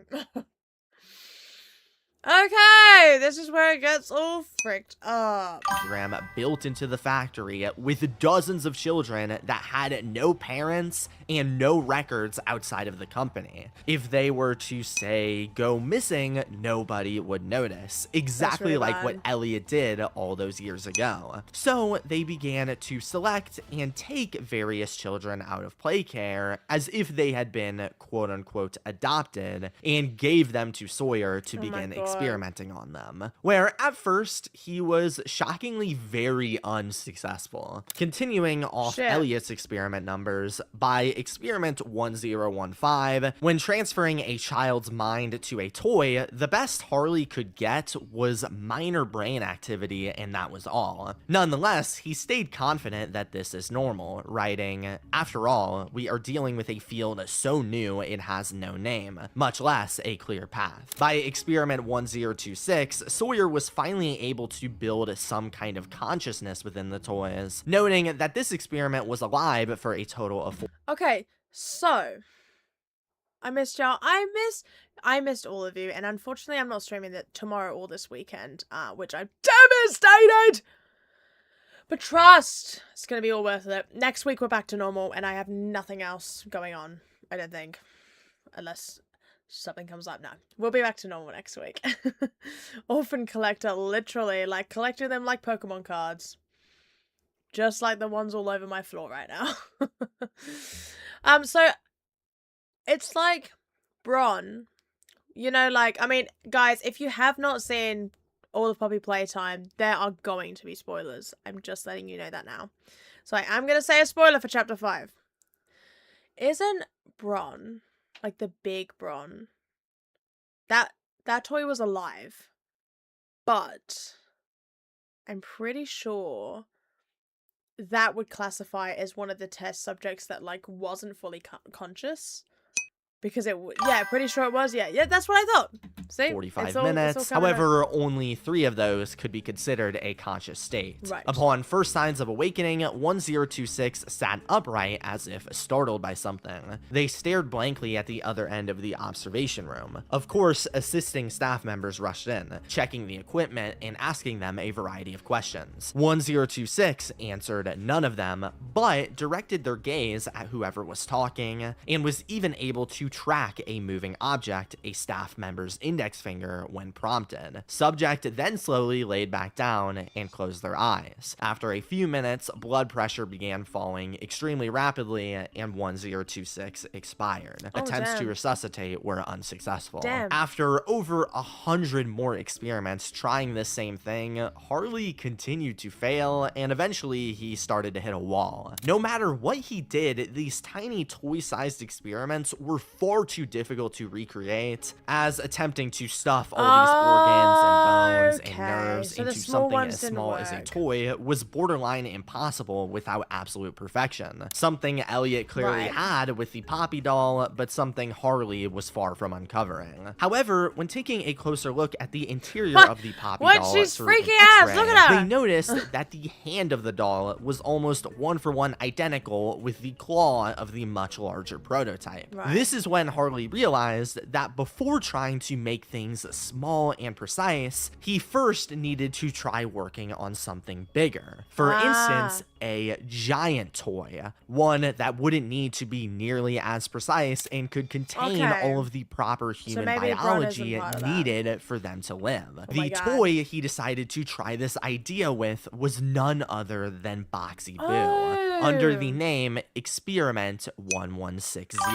After working and developing the creation love for Boxy. a while, Oh to my his God, he's shock, freaky. it was a huge success. Boxy could move, he could respond, he was fully sentient, he could do almost everything that they had wanted. He wasn't absolutely perfect, as Elliot's experiments were far more stable and were also totally immortal in the way that while Boxy Boo had to be fed and actively sustained like a human being, Elliot's experiments did not and realistically couldn't die. Interesting. But regardless, this was plenty good enough. So Harley now knew how to make the experiments. However, only being able to make large toys instead of small ones, he needed a so way to cute. sell the idea of big life-sized experiments to the company so that they would keep funding his research into the future. Therefore, he came up with the idea of the Bigger Bodies Initiative. An here we go. initiative where Harley would create these massive toys not to be played with or bought by children as products, but rather to work inside of the factory. This would solve a ton of issues for the company. Their revenue was down from the Playtime Co. scandals, and therefore things like lawsuits from them cutting corners became a big concern. However, if they replaced all of the employees No, of with bigger course, Angie. bodies, No they would worries. save money because they wouldn't have to pay their salaries, and lawsuits from factory accidents were no longer a concern. It was a perfect idea that Leith and his quote-unquote money men loved, with Harley Right. noting, "They will have their investments and see money saved, and I, Harley Sawyer, will be able to continue on with my work." Now, in order to better mass produce and streamline the production of these toys, they both needed a place to work on them, as well as a place to test the children in play care to ensure they had the proper physical and mental abilities before being experimented on. So they would end up renewing Elliot's old Right. contract with Warrenbach Construction to build future creations, and would start by having them develop a laboratory deep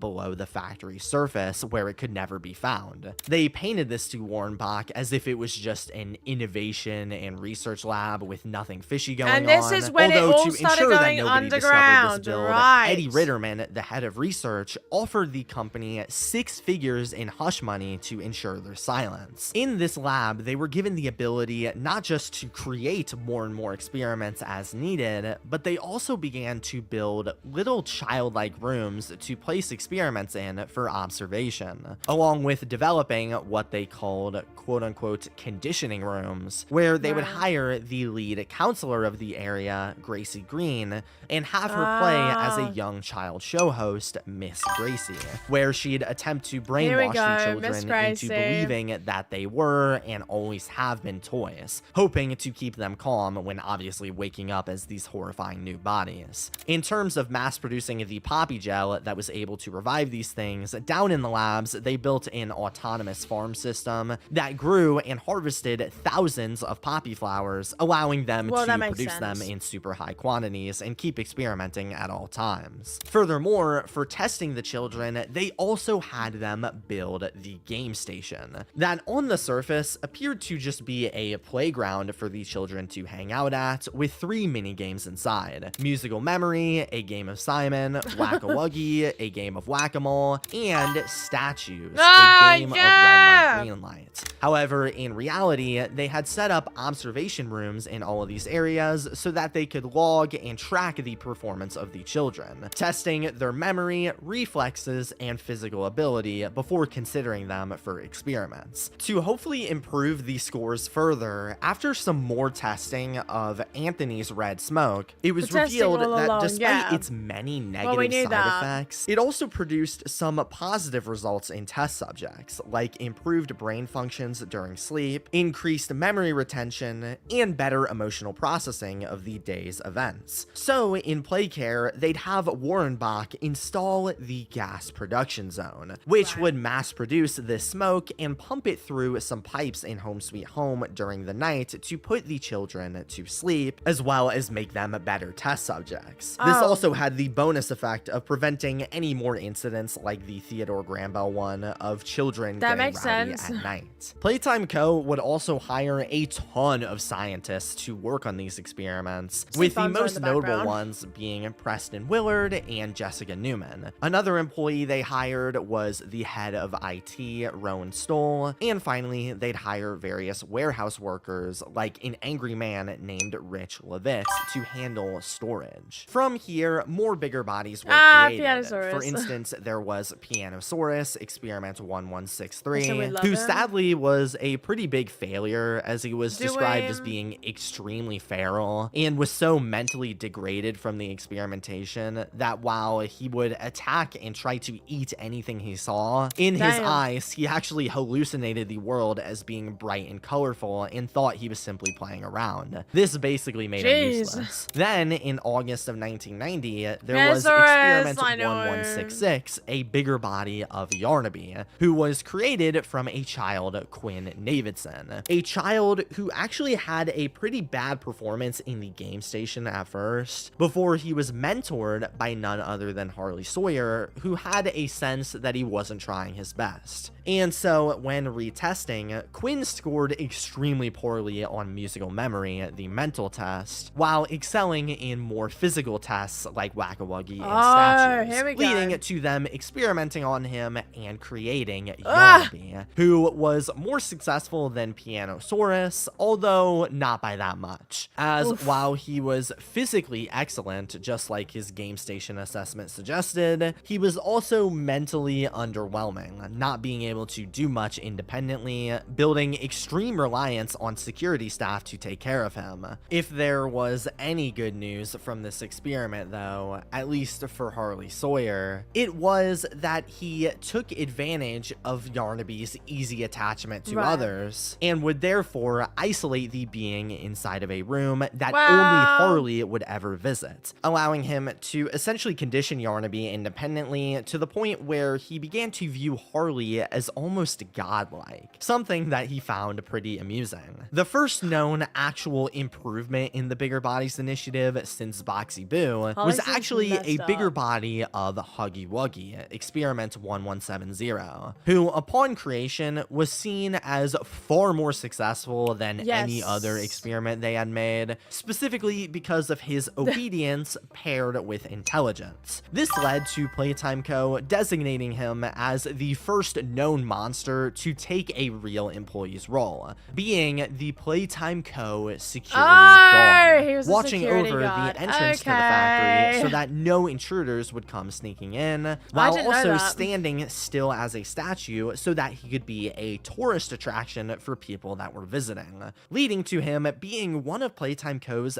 biggest successes experiment-wise. At least, that is at first. As with time, a trend they noticed with him is that when put under stress, he would throw these very large fits, especially during his conditioning when they tried to get him to complete various tasks, which stressed him out to yeah. the point that he attacked and tried killing the employees. So, to Fact. solve this, they would create a body of his female counterpart, Kissy Missy, Experiment 1172 in late 1990, whose personality was very similar to Huggy, being quiet and obedient. She also liked to draw and write, despite her hands making it hard to do so, which is pretty cute. But essentially, they created her to be a friend for Huggy, given to him when he was feeling stressed out, which smoothed out most of his temperament issues nicely. Moving over into the game station, in order to automate the testing process, they would create 3 bigger bodies that would be the mascots of the 3 games. There was a Bunzo Bunny, who was assigned to musical memory, the mini Huggies, who were assigned to Whack-a-Wuggy, of course. Then finally, there was PJ Pugapillar, Experiment 1174, who would run statues. All would play as the game's antagonists to add a bit more of a threat. Then, going over into Playcare, the employees there were also being slowly replaced with experiments. As first off, Playtime would release a doll of a teacher named Miss Delight, and would create 8 identical bigger bodies of her to work as the school's teachers. While for the rest of Playcare, they had an even better plan. So creepy. They decided to make use of the great idea that was the Smiling Critters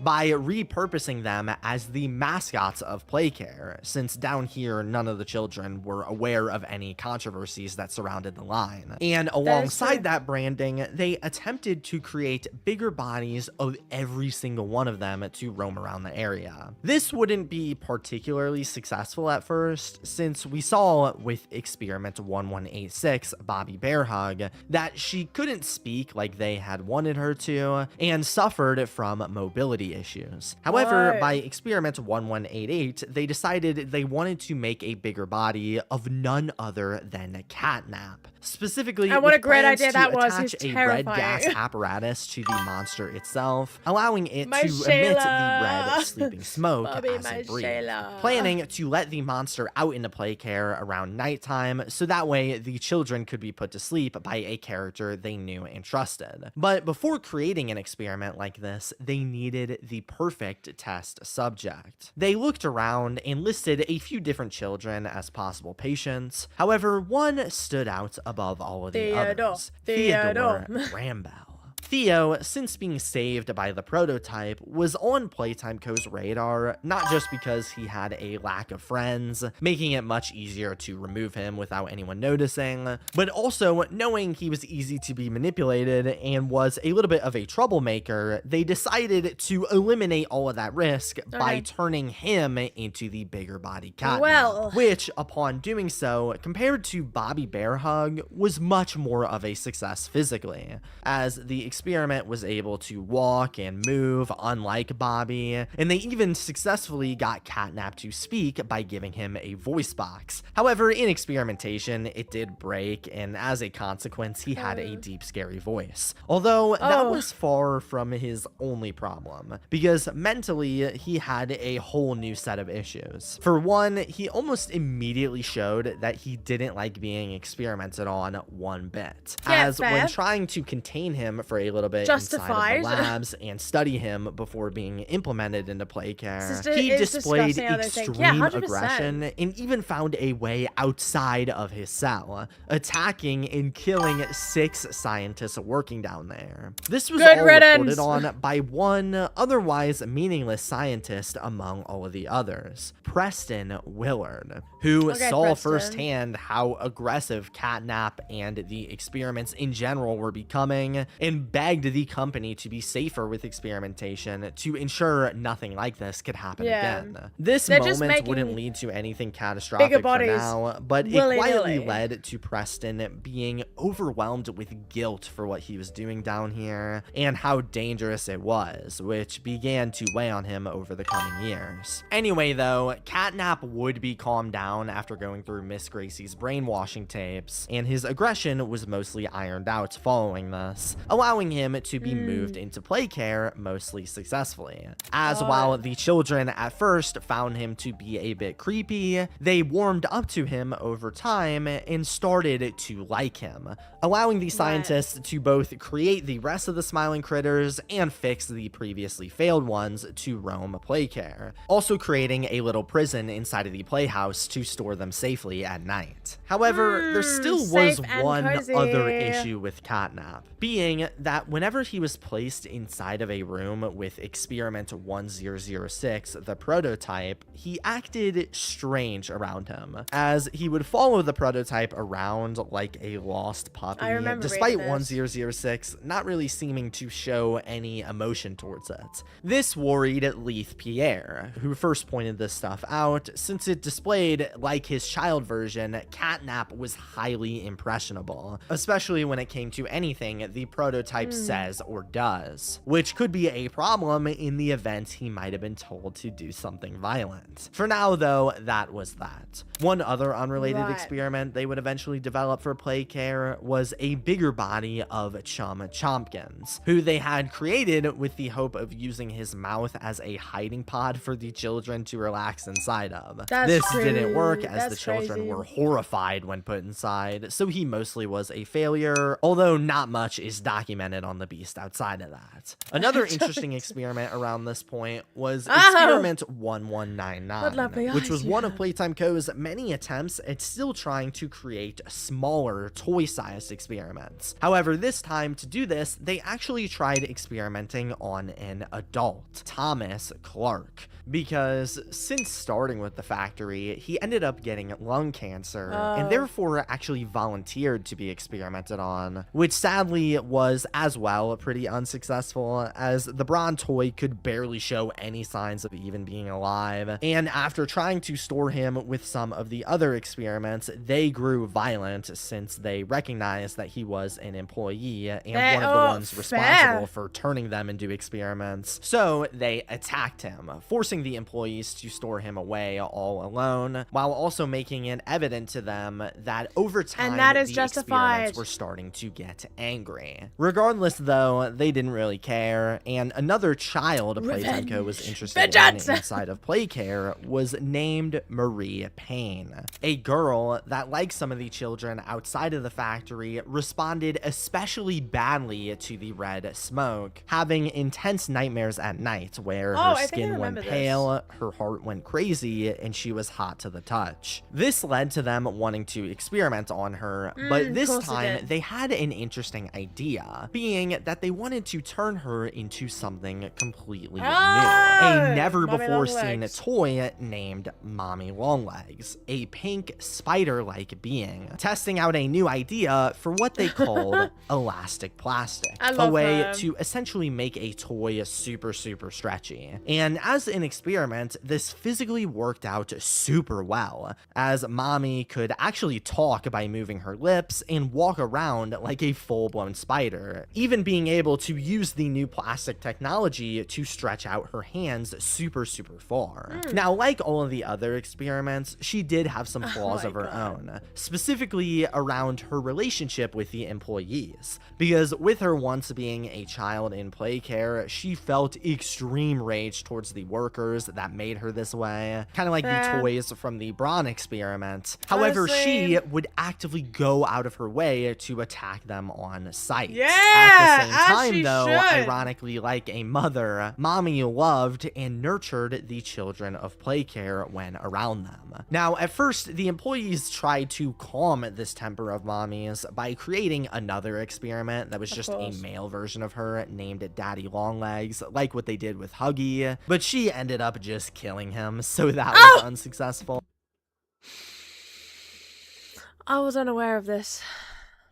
I didn't realize that she just killed him. But look at her face. She don't need no man. Single ladies for life. And instead, they decided the best way to make use out of this monster was to just move her over into the game station that was Fair. purely inhabited by the children and let her take care of them herself, while the scientists simply observed from 20 yards away, which led to her actually being quite successful as an experiment. So much of a success that when the right. company was trying to find a flagship toy to sell to the public using She the needed a wife, elastic technology, abso-friggin-lutely. at first they had an idea for an orange stretchy robot toy of some kind, but it ended up just settling on selling an action figure of the mommy bigger body, along with a daddy and baby long legs, which was a great idea and sold quite well. There you Now, go. at this point, the factory was bouncing back thanks to Harley Sawyer and the bigger body's success. Money was being saved, and it felt like they might have finally made it past the public scandals from the end of the last decade.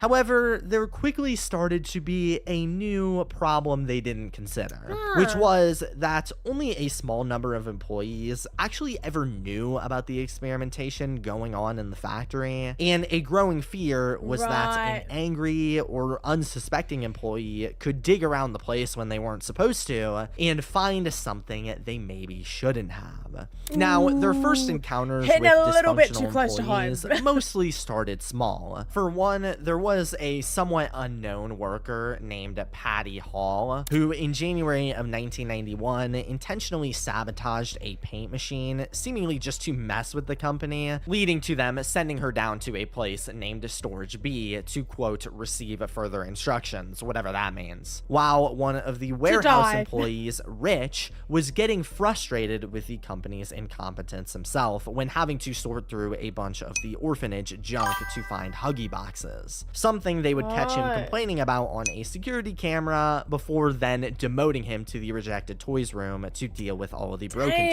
Damn. which frustrated him even further and would lead to him hating the company. That would be until one day when he was working with the head of shipping, Stuart, where while going into play care, he opened up to Stuart about his anger towards the company and how upset he was with the state of specifically the Playtime orphanage, wishing the children inside would be able to go outside, like for real, not in a dome. Stuart could see the good man Yeah, in like the the dome otherwise is not good. temperamental Rich and decided to give him a chance. Stuart was near retirement, so he selected Rich to be his replacement as the head of shipping when finally retiring, giving Rich some hope that not everybody in this company was just bad people, and finally making him happy. Now, with both of these dysfunctional employees seemingly dealt with positively, you'd think the lower down employees would no longer be a problem. However, this was actually just the beginning, as things would get a whole lot worse when on March 21st God, of Jacksepticeye. 1991, Playtime Co.'s worst nightmare came true. In a report, the lower down employee, Marcus Brickley, claimed that he saw some kind of monster with 1,000 legs, referencing Oh. the bigger body for PJ Pugapillar that he spotted out by the cafeteria. No, Somebody no, welcome on the back. outside Welcome back, had seen Andy. a moving experiment.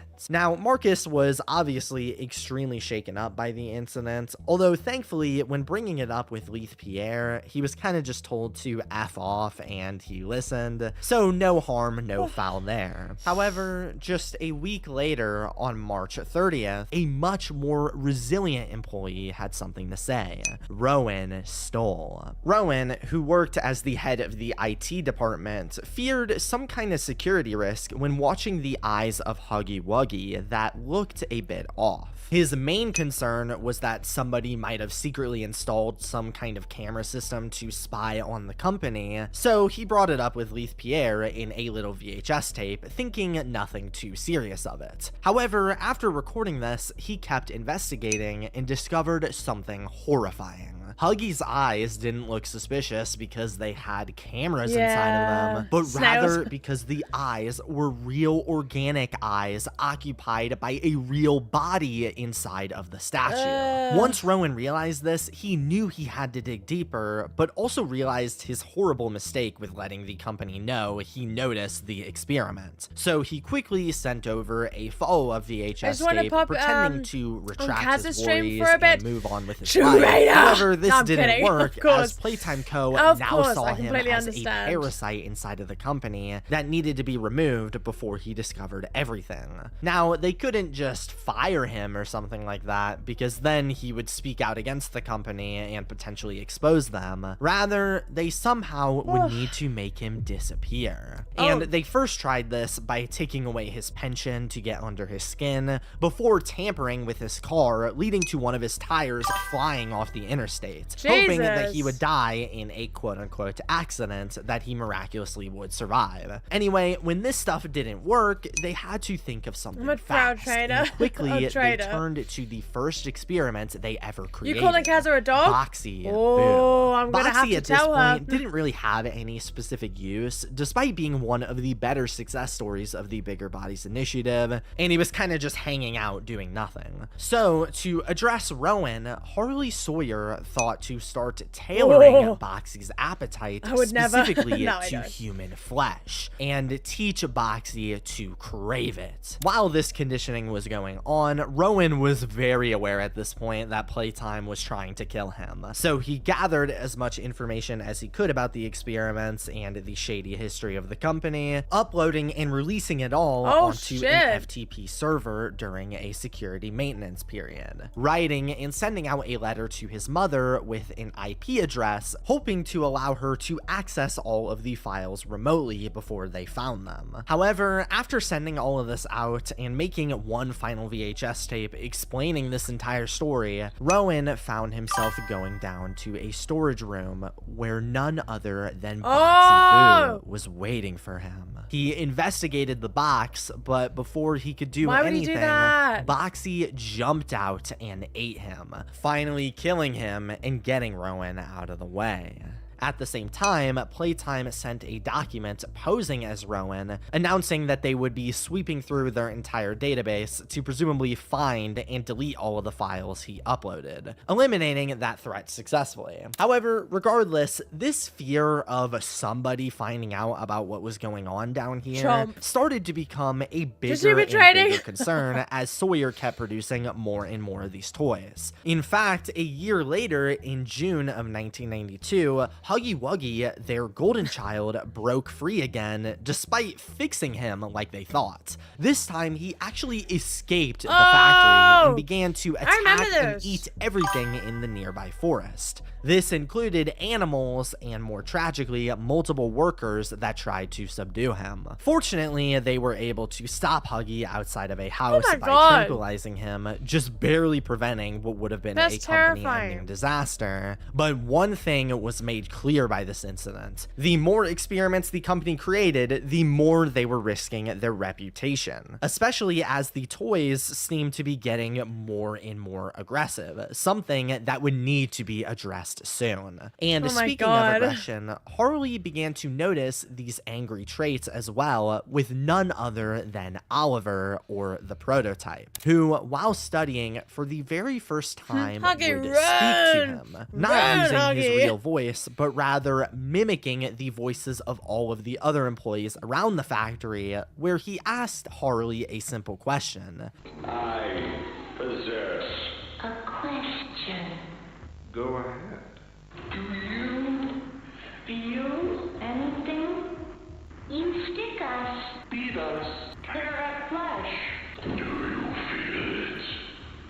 He asked if Harley could feel anything, Damn. or if he had any kind of remorse for what he was doing to all of these innocent children he was using for the sake of progress. Harley, obviously being the cynic he was, didn't really seem to care, since after all, it was progress at all costs, remember? However, this would only agitate the prototype further, and he would begin to sabotage the employees in retaliation, attacking any worker that went near him, including in one incident, 1006, who had only become more and more intelligent over time, was able to turn the alarm clock in his observation room into a laser pointer and destroyed his camera, literally just so that an employee would have to enter and fix it, which would give him an easy kill. This led to scientists wanting to destroy the beast, especially with worries about how his intelligence and craftsmanship could affect them in the future, but his extreme intelligence intelligence rendered him valuable to Sawyer, so he let him live, although his anger and engineering Prototype's skills actually allowed. aren't something to be forgotten, especially since he began to not just create things himself from other things, but he also began to add parts onto him, Yeah, slowly here we making go. himself bigger and bigger over time. Although, I'll get back to this. From here Hell towards the yeah. end of the year, things would honestly only get worse for the company, because in Christmas of 1992, a child outside of the factory Oh, I named remember Jack, this. who was a fan of Playtime Co., would get himself a Doughy the Dough Man action figure for Christmas, along with an invitation to visit and tour the Playtime factory. That's The cute. following year, in 1993, Jack would end up going on his tour, but it was a complete disaster, as while in the section where the Doughy Dough was produced, Jack got a bit too interested in the dough and accidentally fell over the observation railing he was watching from, causing him to fall into it and Where die. are the This had the parents? potential to be the killing blow for Playtime, because now there was a real child casualty that's outside of what the that factory screenshot's with from. video footage of it as well. If Bye-bye, the public Jack. found out about this, it could easily lead to an investigation, which would cause all their secrets to be discovered. So quickly, they needed to find some way to sweep this controversy under the rug. And that's when they had the perfect idea. What if they used the body of Jack to turn him into a bigger body of his favorite toy, Doughy the Dough Man, and save his life for the parents? Sound crazy? I know. But regardless, Sound this is crazy. what they Like, if I was a parent, I'd be like, you're insane and I'm suing you. would end up doing. Granted, there was a little bit of a catch, because in order to make this massive dough character into a bigger body, it would have to be 900 total pounds. Oh my God. So to produce it, they would need to use 3 separate children and combine Here them we to make go. the one body. They would begin the experiment named Experiment 1322 with Jack, of course, who they'd label as 1322A. Then they went into play care and studied various other children to become a part of this, settling on 2 others: Kevin Barnes, Kevin! 1322B, and Matthew Hollard, 1322C. Kevin Barnes was a little bit of a worrying child, because he struggled to get along with others and was both aggressive and confrontational, even being labeled don't like a Kevin. quote-unquote We don't talk about problem Kevin. child. However, they chose Kevin him because can't he sit with excelled us. in all of the game station's tests, and so he was valuable in the eyes of Dr. Sawyer. While There's to mommy up hopefully there. balance this out a bit, they also added Matthew Howard, who, on the other hand, was described as a dream child. He was known for being kind, considerate, and understanding, not being nearly as intelligent as some of the other children, but he was also far more mature, being one of the oldest children in play care at 15. Oh, Anyway, shit. now that they had their 3 test subjects, they would combine all of them before Jack's parents would file any kind of police report for whatever reason. And together, they created Doughy, who was mostly a success I in don't like terms Doughy. of physically being able to move, walk, and talk, even being able to shapeshift because of his malleable dough body. However, there was a big issue with his brain, being that he would often randomly bounce between acting like a young child with traits reminiscent of Jack, then he'd become aggressive like Kevin, and then he'd act here more we go. mature like Matthew. This chaoticness made his behavior a huge wild card, but That is so nonetheless, fair, they though. had him created and Okay, would send you out need a to stream letter until to 12 a.m. Jack's play Fast family, Food Nights. If inviting you just them stream, over to I- the factory, Babes, claiming I'm not doing they that. saved We'll him. do that next week, Upon the though. parents entering the 100% room we'll play with Fast Food Nights quote-unquote next week. Jack, I they definitely realized want to do more Five Nights at Freddy's next week. We'll see. I mean, this is going to be a shorter stream. I don't know if you can tell, I'm absolutely exhausted. I've done a lot of physical labor. But I'm really exhausted. I don't know if we're just going to do this, or maybe we might try and finish like the epilogue of FNAF Rewritten 87, because I know we've only got one more. Like, we just got the epilogue that we haven't been able to finish, so we might play that. I don't know. Depending on how this goes. We're 1 hour and 11 minutes into 2.5 hours. So, We will absolutely have a squiz. And we'll just see how we go. But I'm not playing Fazbear Nights. Not tonight, but I'll do it next week. Because I really, really want to play it. That guide brain works like mine. No! No! That baby sheep! Not the sheep, Angie. Not the sheep. Oh, Angie, thank you for the 100 bits. Oh my gosh. I actually love that sheep. I hate how it blows up. But I love the sheep. Okay. It screams out in agony. It's just gonna make me cry. I'm gonna have nightmares now. Thank you for the 100 bits though, Angie. That's so kind. Thank you. He was turned into a living monstrous beast. I completely The understand if you're father hopping was between me and Cass as well. horrified, I totally while get the it. mother So tried do to not show stress about that. compassion towards the monster, since Happy after Wheels all, Scary it Level. technically Oh. was their son. Happy Wheels, right? now you've just dug up some freaking PTSD now. Yeah, that is fluff everywhere. Oh my god, I know. Oh my god, Happy Wheels, dude. Happy Wheels, what a freaking time. You know what? What happened to like the 3D Happy Wheels? You know what? We might play that. Well, it didn't really matter, because obviously Playtime Co. didn't actually bring Everyone them loves Happy here Wheels. and show them one of their precious classified experiments for no reason. No, they wanted to silence the parents from speaking out against the accident they had witnessed. What and now that was- they've seen a full-blown experiment, they couldn't escape alive. So the scientists shut and locked the door behind the parents, and after interacting with Doey for a little bit, he quickly flipped to his aggressive and angry personality, leading to him attacking and eventually killing both of his parents. Although I he didn't know did that. eventually snap out of it and saw what he did, causing him to burst into tears.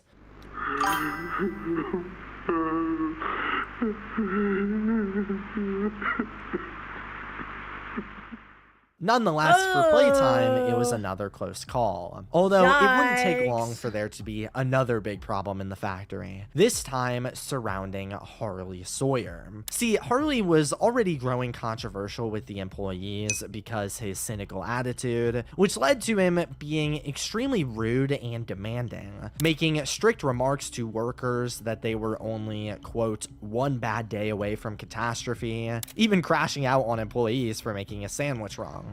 However, what he said in that letter was technically right. They were just one bad day away from everything falling True. apart. Because at this point, Kevin there killed were them all and literally switched it hundreds to his of parents' dead. experiments I know, created that's in the messed up. factory, and Harley really didn't have a good place to put them. They had built that little prison inside of the playhouse to store the A-smiling critters, along with the little observation pods in the labs, which all worked well. But as for the rest, they kind of just roamed around the factory, which was super risky because there would be incidents like the Marcus Brickley one, where PJ Pugapillar was just caught roaming around the factory during late hours. So to Love. solve this, Harley would look towards the Playtime Co. Theater, where he came up with a good idea.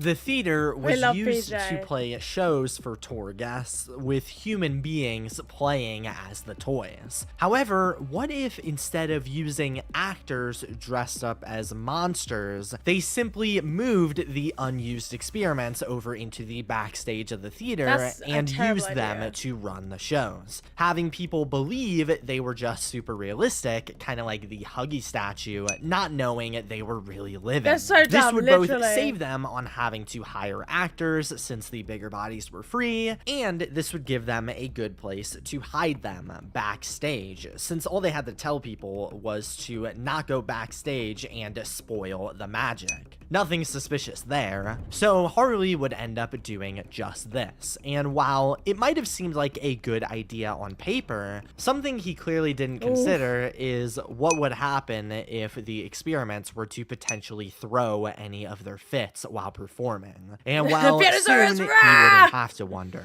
because at some I point in miss 1983, Project during Playtime. one of these theater theater was my favorite performances, map. this very worry would happen, as one or multiple of the experiments would go on a rampage, attacking and destroying the theater, catching it on fire in the process, and most devastatingly, leaving 66 separate visitors to the factory dead, along with presumably many other guests witnessing. They try and fix problems, but they're so stupid because they're like, oh, this is a good idea. Well, instead of spending more money to hire actors, we should just use the bigger bodies. The experiments we've created. No, that's a terrible idea because 66 people are now dead, which puts you even more in the shit.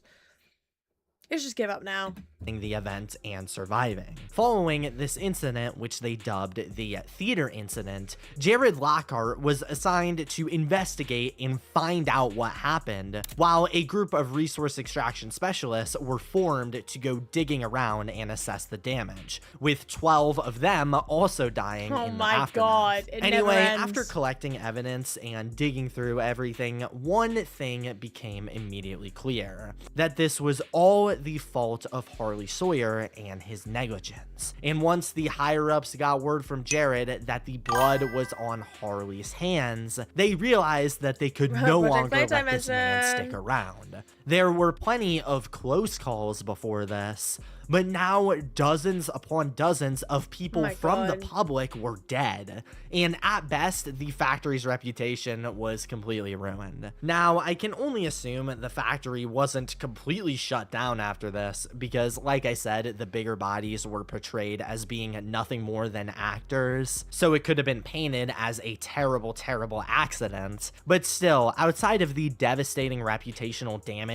this must have caused, it also gave Playtime Co. and its higher-ups two huge new problems they needed to solve right now. One, dealing with Harley Sawyer, and two, dealing with all of the experiments that caused this. They couldn't just put them back here, because then something like this would just happen again. So what would they do? Well, first, regarding the rogue experiments, Playtime Co. decided to have Warrenbach Construction quickly build their very own dedicated prison, a place where they could put all of the misbehaving experiments while they were still being tested, instead of just leaving them out. Now, Warrenbach, for the first time, if you can believe it, was actually super against building this, as they finally realized that none of these weird things Playtime Co. was making them build were actually for the fun of children and for factory research, but rather this prison was indicative that there was some shady stuff going on here, and all of this stuff was meant for something crazy. Regardless, they didn't really have a choice, being contractually obligated to build the prison, and so they obliged, constructing it on July 12th of 1993, along with building a secondary labs right next to it where they could more easily test the prison subjects, hiring out a warden to watch over the prison, while also assigning the scientist Bruno White with running the secondary labs. As for Harley Sawyer, while they no longer wanted him around, they couldn't just kill him, because after all, he knew how to create the experiments better than anyone alive. And while they had their issues with Harley and his initiative, they knew that they needed to keep crafting these experiments for Playtime Co. to keep turning a profit. So, going into 1994, they had come up with an idea to turn Harley into an experiment of his own. Oh shit! Under the name Experiment 1354, the Doctor. Planning to hook all of his... You know what? That makes so much sense. That makes so much sense, and that's actually pretty fucking awesome.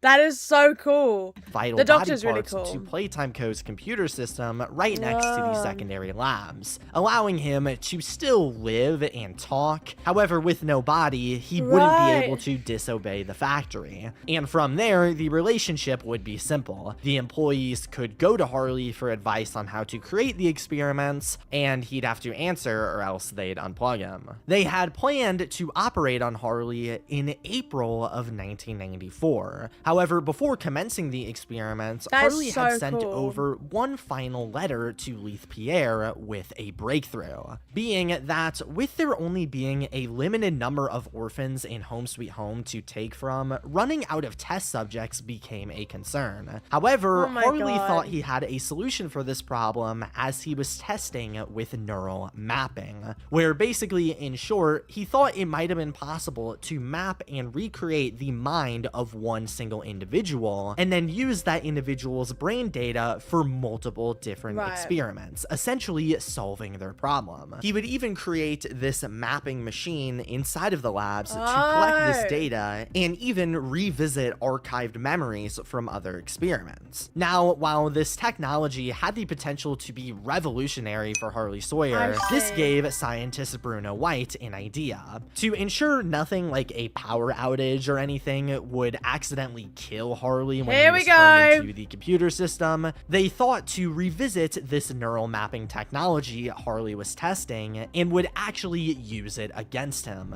mapping his mind to create a digital backup, while then finally experimenting on his real physical body to successfully turn him into his very own experiment, hanging on to the backup just in case. Obviously, Harley Sawyer was not a fan of this and was extremely frustrated. From now on, you're here to give the lab boys answers when they need them, and carry out procedures when and how we tell you to. So fight, or give in, or whatever, because either way, we own the infrastructure you're wired into. You'll die for this, Leaf. When I get my hands on you, you're a dead man! But now, the higher-ups had all that they wanted, and Harley was reduced down to a computer with a graphic of an eye to represent himself. Alongside all of this, to ensure security in the factory further, the employees would develop the Omni Hand, a grab pack hand only given to Leith Pierre, Stella Graber, Eddie Ritterman, and the Warden, allowing them to open all of the company's most private areas, specifically down in the labs where their biggest secrets lie, along with building a safe room that they called the Safe Haven that contained a separate, completely off-the-grid electrical system that could only be managed by the Omni Hand, meant to give them a little place to hide in case another bigger incident happened and they needed somewhere to go camp out. Now, with all this being said, there was a little bit of a sad consequence of removing Harley Sawyer from the factory, being that since the Yarnaby experiment I mentioned earlier had been manipulated to grow super attached to him, with Harley no longer in the picture, Yarnaby became severely depressed and essentially immobile without his pal. With the removal of his master, 1166 appears lost. Despite Sawyer's apathy, the subject formed an attachment of sorts. Without whatever sense of comfort or stability that brought him, his motivation has been sapped. He sits, stares, listens, and only acts with aggression whenever I approach him. He truly just doesn't care anymore, said one of the scientists observing him. But moving on, around this time, there would be all sorts of other toy lines and experiments created, like the Wrong Side Outimals, a line of stuffed animals that were meant to be similar to the Smiling Critters. However, these toys' unique quirk was that they could be turned inside out to essentially create an entirely new plush. However, they weren't really liked by parents in focus groups, as they thought turning toys inside out was morbid and satanic, leading to it never releasing. However, some other toys that were conceptualized and existed around the time would be ones like Giblet, a heart-nosed fox, Lily Lovebrains, a humanoid doll with long purple hair, Glowbee, a toy pen that could write in invisible ink and then use the attached blacklight to illuminate the text, and Boogiebot, who was just an interactable little robot dude, some of which, like Giblet, would be turned into bigger bodies, among many more. They were even able to eventually successfully produce smaller living toys like they originally wanted from the start, although there isn't much known about how they did this and what they did with these smaller experiments. Anyway, for a short period of time, things were at least a little bit peaceful. There weren't any notable public crash outs or even really many notable experiments. I called him Gilbert for a little bit and I was like, oh wait, it's Giblet. Likely because down in the labs, at some point they would create a little facade they would call Sweet Street, a place that when continued maintaining a toy inside allowed them to more easily observe their behaviors in a natural environment, and found that the area actually helped to maintain their temper. The only other real thing worth noting around this period was that while expanding the factory more, the company attempted to pipe the red smoke from the gas production. What I really want to know is, what is our role? I don't think we know that yet. I feel like Mob Entertainment is gonna like allude to that, like when the series ends. Because why are we back? What did we do? What was our role? That's what I want to know. Production zone down deeper into the factory to places like the prison to make the experiments of that area fall asleep. We aren't sure However, who the something they characters- didn't find I out think they're till after waiting, the which fact is good. was that the red smoke was actually extremely flammable, and one accidental spark could set it all on fire. That's Damn. possibly why the theater ended up catching fire during the theater incident. So, down towards the prison, they began to store all sorts of liquid nitrogen canisters used to keep things cool and avoid sparking to prevent the factory from suddenly catching fire and blowing up. However, while this was In all this video, happening, there's a theory. something Oh, else okay. was brewing, Well, I'm interested to see whose specifically with theory. none other than the prototype, who at this point had built his body up so Don't believe in the much theory? I using wanna leftover see. parts around the factory and adding them onto himself that he developed from just a small claw Oh, to yes. a large, intimidating jester. This definitely made him look a That's lot really scarier. cool. However, at the same time, he also seemed to have developed a soft side, since eventually he and Poppy would end up acquiring a couple of Playtime phones that were connected to each other, allowing the prototype to talk to Poppy, the toy that he had wanted to meet all those years ago. Using the Oh. phone, despite the prototype building himself into this monstrous, intimidating beast, to Poppy, he was finally able to lift the mask and just told her that his name was Oliver, or rather, Ollie, as Elliot would call him, mimicking a child's voice to seem just like a friend. Poppy would cope with who she thought was just another child and not the prototype about the new state of the factory. She once saw it as this amazing place where everybody was and would be happy, but now it was in this diminished state. And furthermore, the years of employees continuing to take her apart to study her had driven her insane. Yeah, that's At bad. first, it hurt, but by now, she had lost the ability to even feel it. She once felt human, but now she felt nothing. Ollie would comfort her on the phone during these moments, and eventually she even began to grow attached to him, treating him like a friend during these dark times. However, this all only made the prototype angrier, because now not only was he angry at the factory for taking his life away from him, but the one thing that he was sacrificed for in Poppy was being used and abused torturously. At this point, the prototype knew he needed to put an end to things, and soon. So when he could, he would interact with all of the other toys and try to get them on his side, using his extreme intelligence, especially with toys like Catnap, to convince them to try and stop things with force, painting it as him saving them, as Catnap would describe it.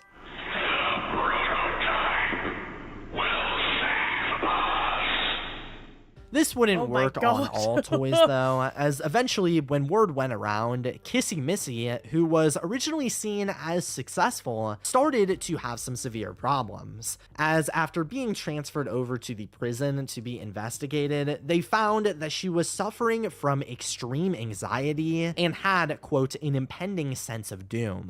She would constantly rub her arms like something was bugging her, and the only way they could get her to calm down temporarily was to let her interact with the other toys. Eventually, they somewhat solved this problem by sending her over to Storage B, where she could work in a quieter, calmer setting, but that's all we really know. Regardless, though, the prototype and his plan were going well. However, if he wanted to revolt against the employees, he knew that with him and all of the other toys being closely monitored and enclosed, it wouldn't just take convincing the monsters to help him end this, but he would also need help from an Preston. employee, and that's when he began to talk to Preston Willard. Right. Preston, as I mentioned earlier, showed signs of guilt around experimentation while conditioning the catnap toy, unlike any of the other scientists for the most part, and this guilt would begin to weigh on him more and more over time. He even began to set up talks with one of the higher-up employees, Stella Graber, who also had a heart for the children and wanted to save them, to discuss some kind of solution. This all made Preston specifically the perfect target for the prototype. 1006 convinced Preston that he knew a way to stop the Bigger Bodies initiative once and for all, and all Preston would have to do is just let him free. Preston, Stella, and the prototype would talk among each other for a while going into 1995, and eventually they had selected a date to finally end this initiative for good. August 8th of 1995 at 11 a.m., calling it the Hour of Joy. Preston also would begin to write down Everything's coming full circle now. It's so interesting because obviously we've had bits of the story like sort of like fed to us throughout the chapters, all 5 chapters, and it obviously jumps between them. It's so nice to watch someone who's actually done the research and actually put it all together, because I ain't doing that. Many notes as possible in his employee orientation notebook, logging down and setting the record straight about what actually happened in this factory in the event somebody found it in the future. So the date was set. In the months leading up to this event, the employees could tell that something was off about the factory. Tensions felt higher, and they got a sense that this factory wouldn't last with the production of all of these experiments down here forever. And if Playtime Co. were to still exist for years to come, they would need to expand outside of this building, both to help the company grow further and also to get out of here in time before the worst could happen. This is when they would work on some brand new quote-unquote projects outside of the factory. One named Project Broader Horizons, one in Japanese that translates to Project New Beginnings, and Project Garden World Play Park. The first project there isn't much known about outside of that it was meant to take place in the US, while for the other two, Project Garden World Play Park was supposed to be some kind of Playtime Co. theme park similar to like Disney World. And the Japanese project, New Beginnings, was apparently meant to be an entirely new factory that took place overseas, which in particular was a good idea because it would allow the company to move to a country that was never familiar with any of Playtime Co.'s products and therefore controversies, giving them a fresh start and a way to continue experimentation outside of the limited confines of one location.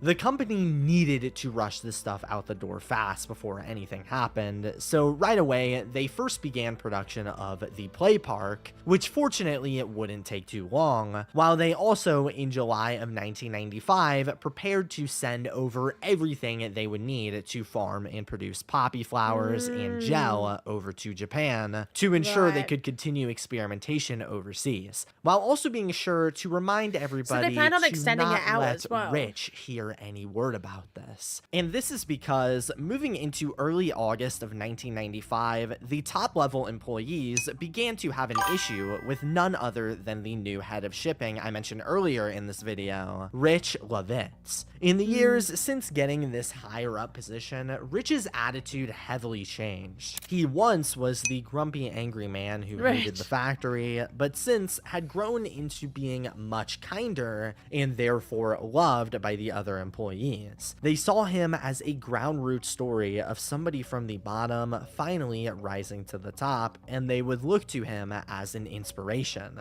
Furthermore, unlike all of the other higher up employees who were super mysterious or arrogant, Rich was much more vocal, specifically when it came to the flaws of the company. He would talk and mentor younger workers in shipping and would blatantly call out the company for being, quote, far from angelic. He was a realist, and this made him likable by the lower down employees, as I said, but this was something the higher ups would absolutely hate, as they now feared that a person of authority could lead the lower down employees into suspicion around the company company's morals, which could cause them to do worse at work, or even worse, the main fear was that they could potentially start sniffing around and would discover the experiments. Thank you, They Becky, needed keeping a me awake. way to silence Rich. At this point, though, there wasn't much they could do. They couldn't make him disappear like Rowan or experiment on him like Harley, because at this point, that would only turn him into a martyr and lead to all of the getting even more suspicious of the factory. Jesus. Fortunately, though, in a Eddie! phone call between Eddie and Leith, they Bloody hell, had that come woke me up up. with a perfect idea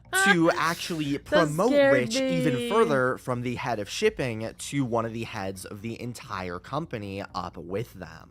Not because they actually liked or cared for Rich in any reasonable way, but rather they thought So that he if needed they to wake treated up. him No, I'm like woken an up. Don't executive, then even. the lower down employees would think that I'm he sold really, his really soul tired. and became one of the elites. It was a perfect plan, and they were ready to give this an attempt, although it would be up to Leith to do it alone, since Eddie had to take a work trip from the 7th of August to the 12th to inspect the Playtime Park and see how it was going, since at this point, the park was about ready to open, and they even began advertising it around the factory. So, Eddie would leave on August 7th, but the next day would mark August 8th, the hour of joy. Here we day. go. This day started mostly Okay. normal for the factory, as if it were any regular day. The only notable thing going on here was that the scientists had planned to take Kissy Missy out I'll be BRB. I just need to eat. I'll be back as fast as possible. Of course. Don't worry, Whooper. No stress at all.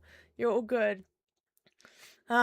Trio food. Storage B and try transferring her over to Playcare to potentially interact with the Oh. children. However, while doing this, the clock would strike 11 a.m. And this was when Preston would finally free the prototype Oh, here and we all go. of the other experiments. Here we where, go. to his shock, nearly every single one of them attacked any and all humans they could find. All of the employees, all of the here we visitors go. from the tours, even Thomas Clark was caught up with and killed. No human, except for the Playcare orphans, was spared. They even went out of their way up in the prison to take some of the security guards and lock them inside of their own prison cells just to be able to hear them suffer slowly while they died. This Damn. attack lasted for an entire hour, and Oof. one of the most notable parts was when the warden of the prison was trying to make a run for an exit, he had actually ran past Harley Sawyer. Now, Harley, who was connected to the entire Playtime Co. computer system, actually had offered the warden a deal. He was in possession of the Omni Hand, which allowed the owner not just the ability to open any high-level door like I mentioned, but also it had another feature, which was that it let the owner use the accompanying Omni chip to open doors remotely. So, quite simply, Harley offered to open up an exit for the warden if he simply handed over the hand and chip. Interesting. The warden, in a panic, agreed. However, perhaps as expected, Harley didn't live up to the deal No. and didn't free the warden, leading to him dying. But now, most importantly, this gave Harley the ability to control the entire factory. At least that is, except for the safe haven, which wouldn't actually be inhabited by employees running from the hour, but rather it would be taken over by some of the toys. These include all sorts of smaller experiments not involved with the Hour of Joy, and even some larger ones like Doughy the Dough Man. Now, they couldn't access the interior of the backup generator without the Omni Hand in case anything went wrong, but for now, it was a safe place for them to hang out. Someone less lucky would be a second Kissy Missy experiment living in the prison named Riley, who was originally brought into Playcare less than a year ago. Oh, wait, a second Kissy Missy? Huh? August of 1994 after losing her family in some kind of fire. When noticing in the orphanage that various members of Playcare were being quote-unquote chosen under the assumption they were being adopted, she would be excited when one day she would be chosen. Although this excitement very quickly dissipated when, to her surprise, being chosen meant that she would be put under and experimented on, leading to them turning her into a kissy missy toy, living inside of one of the prison cells for examination. This mortified her, but fast forwarding to the present hour of joy, she finally was able to leave her cell, and to her shock, she found that there were all sorts of dead bodies that looked just like her. Realizing over the next few hours that the factory had been completely destroyed and taken over, giving her no way out, she was left with no choice but to go out on her own terms, stealing the key to the prison's train station so nobody could ever return, and hiding in her cell until she died of starvation. But now that— Oh, wait. Okay. So that was an actual kissy missy. Oh. Right. Okay. I'm starting to piece the puzzle together.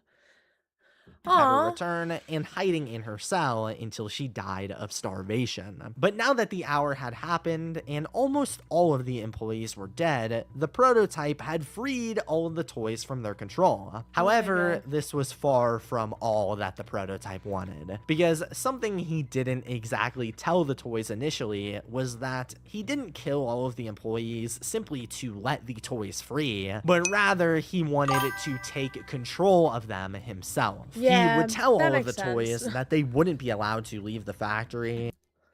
Hi, but so we're talking about merchandise ideas in Kaz's stream. I have the best idea ever. Oh! Spill the beans. Spill the beans. Spill the beans. And would take all of the remaining orphans who were not targeted by the Hour of Joy and brought them down to the labs, containing them in what he called, quote, you remember Furbies? Do I remember Furbies? Have you not seen my collection? How many have I got? 1, 2, 3, 4, 5, 6. I've got 7 Furbies. Remember how you put 2 of them together to communicate? Yes, I do. And they still do it. Not as well as they used to, but, oh my god. We need to make a Hyper and Kaz Furby and put them next to each other. They start cursing each other. You know what? King, you need to be put on both of our marketing teams because these ideas are too good, okay?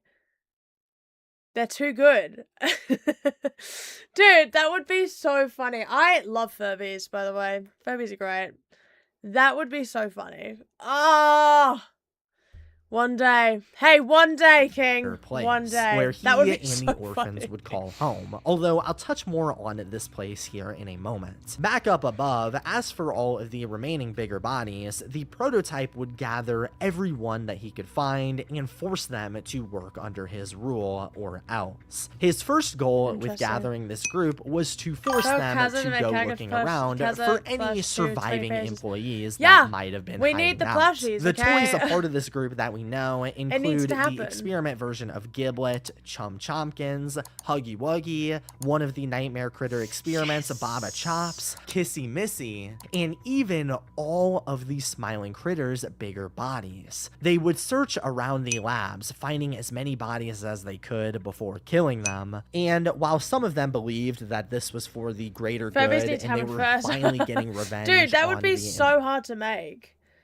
All the planning has been happening. I love it. I love it so much. That tortured them for so many years. There were some that enjoyed it a lot less and were clearly being forced to do this under threat of the prototype harming them. Giblet, for instance, couldn't bring himself to kill anybody, so he kind of just tied them up and that's all. Other toys like Kissy Missy and Hoppy Hopscotch would obey the prototype's orders temporarily, but would attempt and successfully escape his wrath, finding refuge in the safe haven. However, nonetheless, the cult kept searching for survivors, and eventually they were attempting to find 2 scientists that were still missing. Dr. Preston Willard, the one that started the Hour of Joy, and Dr. Jessica Newman, one of his co-workers. They also would supposedly at one point or another link up with Marcus Brickley, although what happened to him isn't really ever mentioned. They had both been hiding out in the labs without happened and missing. Dr. Preston Willard, the one that started the Hour of Joy, and Dr. Jessica Newman.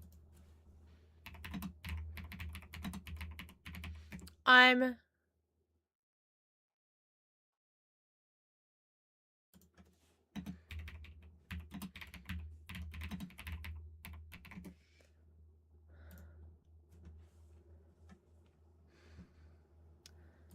curious. She looks familiar, but I might be wrong.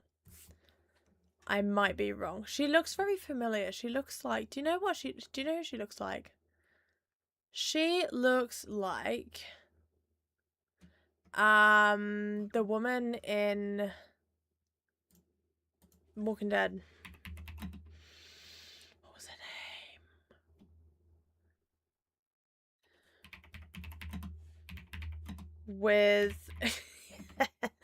With glasses.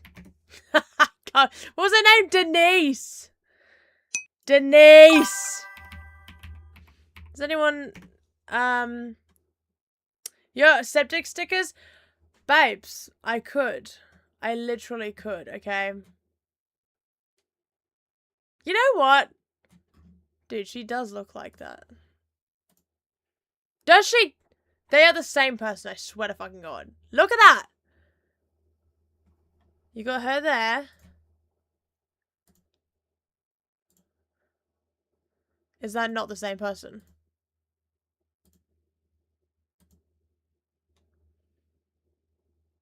She looks very similar. Anyway, food for thought. Food for thought. She looks similar. And one of his co-workers. You guys know that I have a Redbubble shop, right? I don't advertise it because I don't do anything on it anymore. But I am in the process of making like merch and stuff like that. I've been wanting to do it for such a long time.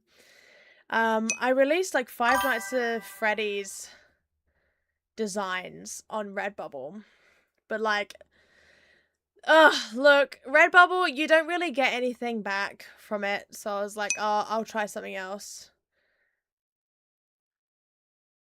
Girlie, you gotta get a little sum up shop. Wait, what's a sum up shop? Is that a thing, or what does you mean? What does you mean, though? But no, I want to make stickers really bad. Like, especially going... What? Sum up. Is it called sum up? What is sum up?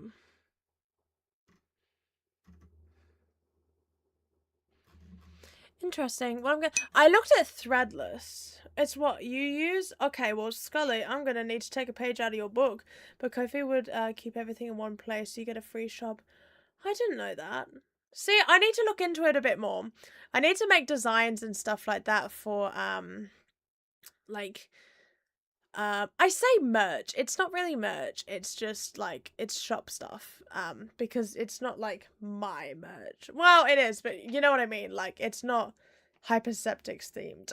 We can do some Hyperseptics themed stuff. But, I got so many things that I want to do. And I want to make a shop and everything. I think that would be so fun. I would love to do that. But, you know, I've been wanting to do like a shop for ages, and do like artist alley stuff. That's like what I wanted to do since I was younger. I've always wanted to be a YouTuber growing up. But I thought, let me start with the streaming and the YouTubing, you know, and then we work our way from there. But you guys already want merch. That's crazy. You guys are crazy. Also would supposedly at one point or another link up with Marcus Brickley, although what happened to him isn't really ever mentioned. They had both been hiding out in the labs without ever being spotted, outside of actually running into the Poppy Playtime doll, who was roaming about a few days after the incident on August 12th, and unlike the others, appeared far more traumatized and spared the scientists, promising to not report them to anybody. However, she also said that there'd be, quote, consequences if the prototype found out about what happened, so she simply just pretended she never saw them. Otherwise, Poppy kept searching for refuge herself, and as for the two scientists, they found a newer, more secure hiding. Highly recommend Ko-fi too because you get shop conditions on the spot. Subi. Okay, well I'm gonna look into that actually. Let me write it down. I used to have a coffee. Is it coffee? I thought I used to call it Ko-fi. That might be incorrect. Okay. Oh, ASMR. That was shit. That is really interesting. Thank you so much, Scully, because I have been wanting to do that sort of stuff. This is what my brain is. I told Kaza to make a crop top, put her face on HD. Hell freaking yes! I love that. I love that so much. Okay. Look into coffee. Hell yeah. And then I can wear merch on stream and be like, you want a cool shirt like this? You want stickers like this? We come to my shop. We would say oh, I see. It's meant to be coffee. I always say coffee. Yeah. But that's what I'm thinking. Is it supposed to be coffee? I don't know. We're so sillies, girl. We're so sillies. Spot where I don't know Jessica either. was originally optimistic that somebody would eventually be sent over soon to let them out, but over time that hope started to wane more and more. Yeah, I don't and think as so. for Preston, he quickly started to feel super guilty about what he did. As the days passed on, this guilt consumed him, and he chose to come If you ever clean to need Jessica. if you ever need a hand with anything, just DM me. I'm in Luna's server. I'm not an expert, but I can help. Oh, Scully, thank you. I appreciate that. Thank you so much. That would be lovely. And if you need a hand with anything, come straight to me. Although you're doing really great already with everything, so I don't know what you would need a hand with. That he If you was the rate Kazza, one you need that to let ask the about the merch experiments ideas. out So the whole fucked. time. No, we will Upon rate revealing Kazza. this She's information- probably gonna stream longer than me anyway, because I'm absolutely exhausted. I actually think I'll only be able to do this video today. Like, watch this. I'm actually exhausted. But 100% will raid Kazza. The vibes. I need help with the vibes. What do you mean the vibes? You've got all the vibes. This sparked What are you an talking about? explosive argument between the two. Oh. And quickly, as they raised their voice, none other than Huggy Wuggy heard and found them, breaking down their hiding spot and forcing Shit. them to run. Fortunately, both of them escaped, at least from Huggy. However, unfortunately, Preston, while running, would end up bumping into Chum Chompkins, who would take his body and bring him over to the prototype. As for Jessica, though, after cooling off a little bit, she searched around the labs, trying to meet back up with Preston, since after all, it was her only friend down here. Eventually, she ended up finding an apology letter from him saying sorry for everything he did and had to do, along with his name tag, which she would place back on his desk. Regardless, she kept searching for Preston while seemingly being stalked by Catnap. And eventually, when going down a flight of stairs, she was jumped by none other than the prototype, who had now tracked her down and eventually stopped her, taunting her a little bit before doing what he did to all of the other offending employees by killing her. As for Preston, though, the prototype liked him enough at least to not kill him, since after all, he was the one that let him out. So instead, the prototype attempted to let him him live an immortal life and experimented on his body. And using all sorts of toy parts he found around the factory, he turned Preston into this horrific primitive experiment, reminiscent of the incognizant Thomas Clark toy from all those years back that was alive, although I gotta have my weekly hyper stream or I go insane. Oh my god. We be watching at work and lurking. Of course, I understand. I mean, it's a shame. I've only been able to stream a couple of times this week, but I'll be able to stream more next week. Everything is just so busy lately. I'm like, what the frick? I mean, I was supposed to stream yesterday. I finished cleaning at 6. I was like, you know what, I'm done. Like, I actually don't like. Even today, I'm struggling to keep my eyes open.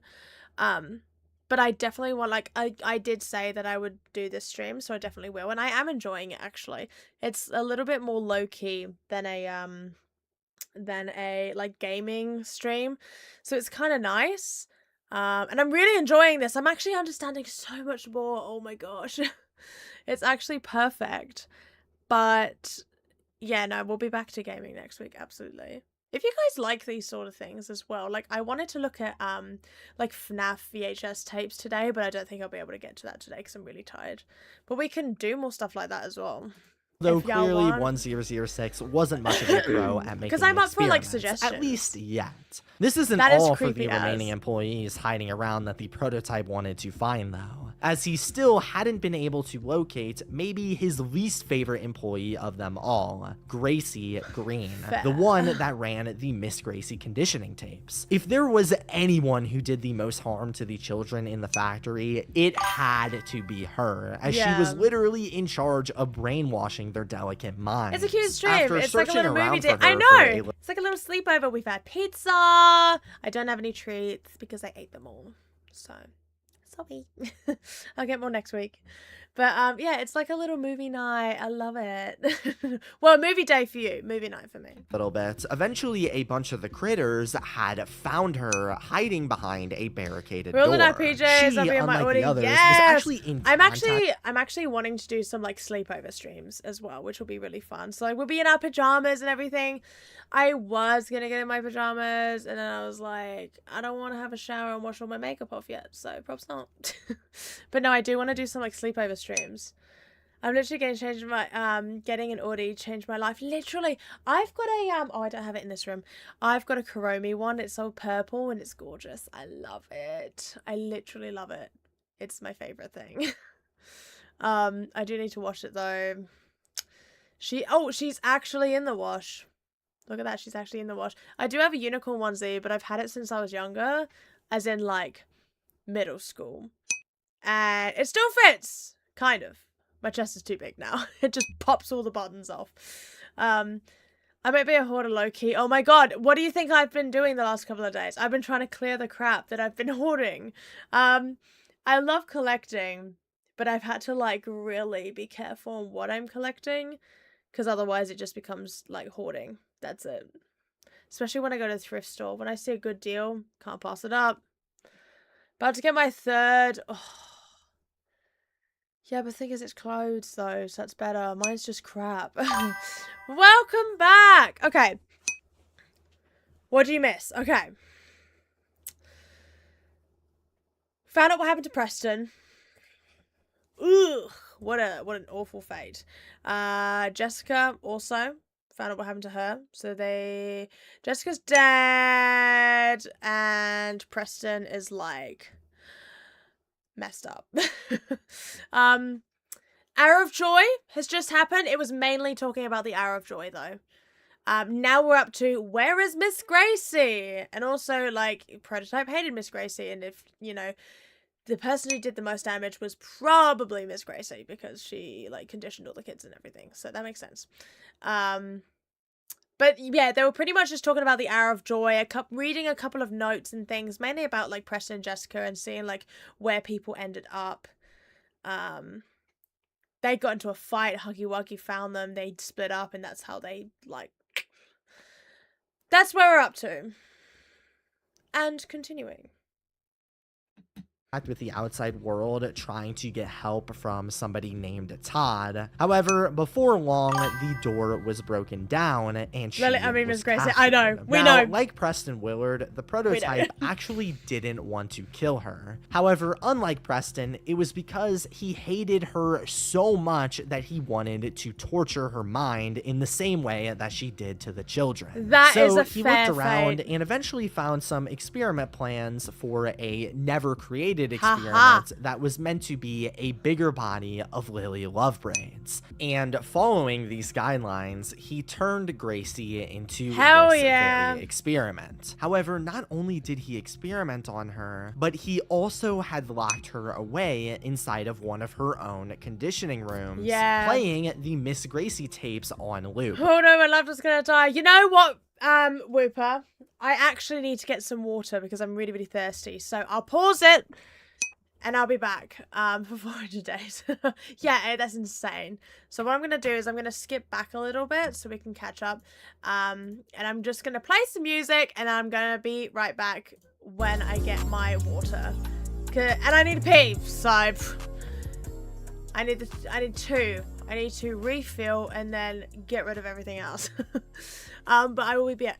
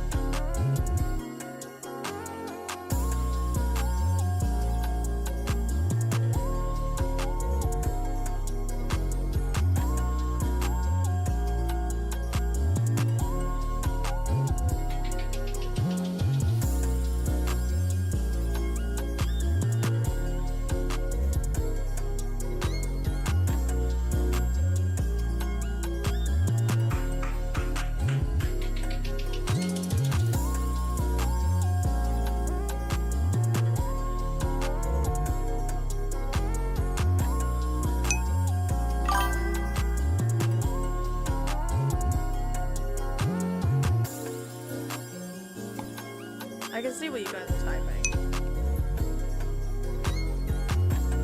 Oh, goodness me. I did get my water. Don't touch my Pokemon cards. I kill you. I got both cats in here because they're like, where's mom? Where's mom?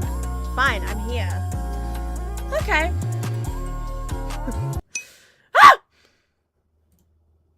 I accidentally clicked the button. Woo! Excuse me. Oh, do you want to fucking hell? It's never ending. This is motherhood.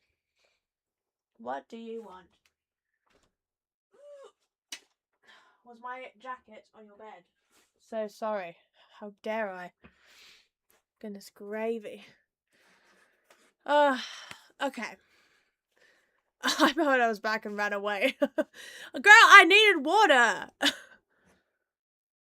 Don't touch my Pokemon cards. They're all sorted. Don't touch them.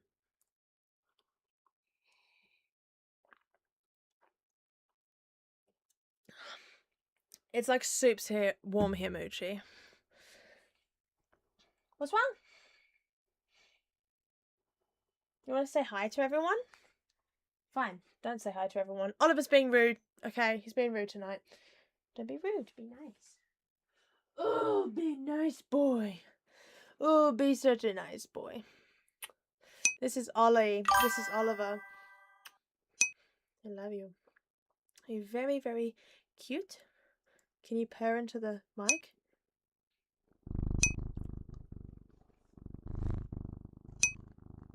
There you go. That's all you're getting. Oh, mommy hugs. Oh, mommy hugs. Oh, he's so nice. He's so... Oh. Now you're letting all the cold in. See, this... This is what he does. You're just being a baby. You smell like pizza. Why do you smell like pizza? Did you eat pizza? He's just a baby. He's just a baby. Why is your cat the prototype? I don't know. Why don't you... You know what? Maybe we should do an interview at some point. You're letting all the cold air in. I've put the heater on for a reason. I opened... Oh my god. I'm not even... Please excuse me, everybody. Alright, everybody out now. Ow. Out. Come on. Get your booty out. Muchas. Oh my god. Muchas. Don't you hide. Out! God damn it.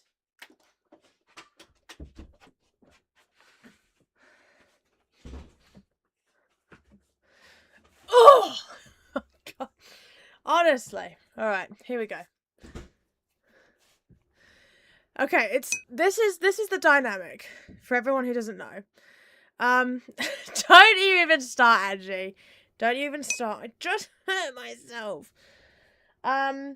This is the dynamic. Oliver is my child, okay? Oliver has imprinted on me. And he is, I'm his mum. He's actually my cat, so that works out. Moochie is my partner's cat.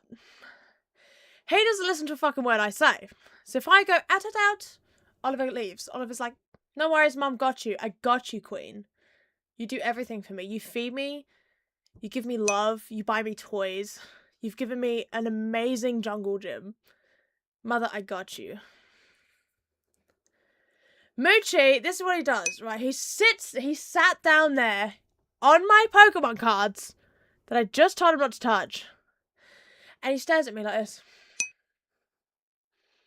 I go, out, please. And he goes. Then I have to stomp towards him, and then he's like, phew. Ugh! Parenting.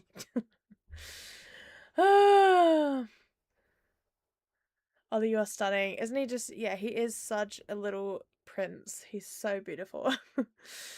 I can't believe you actually got to hear him purr as well. That was a little special for you.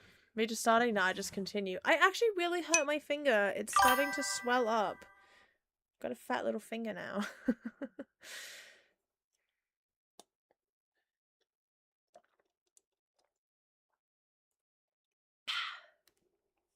I'm so thirsty, and I think it's because I didn't drink any water yesterday whilst I was doing all of that cleaning, and then I got super dehydrated. Both cats are like that with me. My cat doesn't listen to anyone. One cat was really paying attention, playing with the scissors. Oh my god. This is what they do. This is what they do. No, Moochie just doesn't listen to me. He doesn't care. Anyways. Here we go, gang. Let's continue. Oh, fuck. Let's continue. Did he experiment on her, but he also had locked her away inside of one of her own conditioning rooms, playing the Miss Gracie tapes on loop, forcing her to be brainwashed by her own video. He provided her with food and drink so that way she wouldn't die, purely because he wanted to see her go completely mad, and that she did.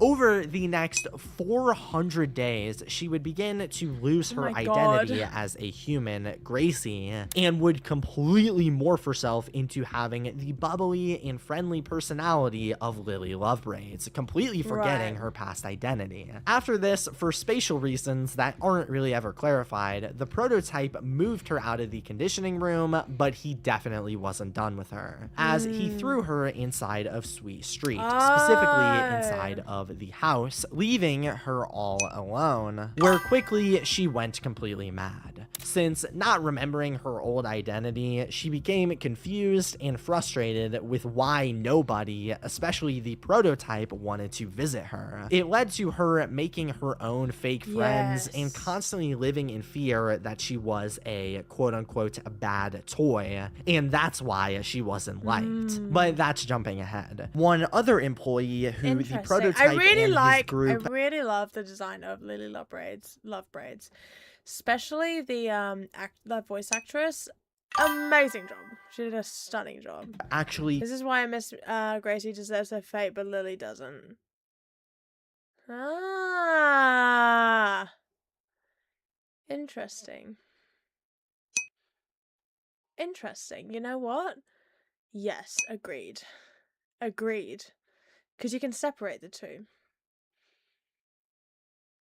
Interesting. He couldn't find was none other than the head of shipping, Rich Levitz, who, after his promotion, had taken some time off away from work, and therefore, like Eddie Ritterman, he missed the hour of joy.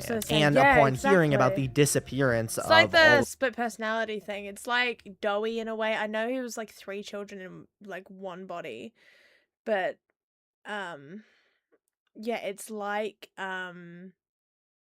how like you felt bad for like Jack but not for Kevin, you know? Of his co-workers, he was completely devastated. This is where he assumes that Rich is a player. Oh, okay. Devastated, as well as super curious as to what might have happened to them, especially since he was already very suspicious of Playtime Co. Nonetheless, though, for now, he would attempt to stay away from the place and keep it out of his thoughts. Going back to the prototype's cult, eventually 1006 went completely mad for power, as his greatest follower, Catnap, began to truly treat him and his cult like it was a full-blown religion, building a shrine for him with candles and scratching words in the wall, everything. While at the same time, one of the critters who tried to go against the cult was the bigger body of Dog Day. He originally pretended to be on the prototype's side, however, unlike the others, he ended up being caught as being a traitor and was therefore tortured for his disobedience by being strung up inside of the Playhouse prison and was forced to sit there while hundreds of mini critters crawled up and ate him alive, presumably along with any of the other critters that tried the same thing. Although one experiment that was actually spared from the cult and its harsh ways was one of the Miss She Delight scared me dolls, so much. who after the Hour of Joy was mysteriously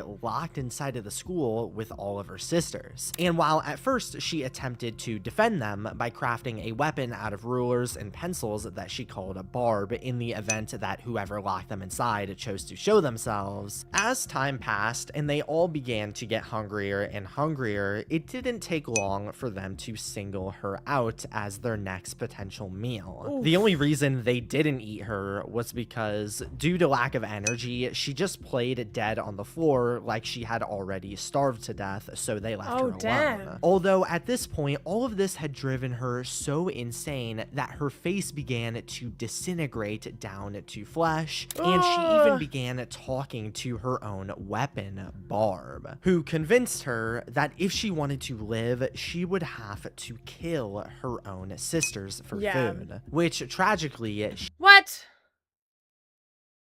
Math Power sounds like a few humans, literally. Fair. Kaza said you're a stinky minky poo poo pants. Right. Where the fuck does she get off saying that?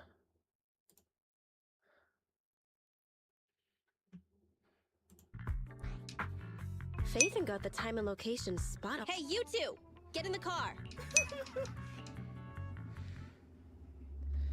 Oh, Lord Where have does mercy. she get off saying that? Okay, so mission complete! There we go. Estia!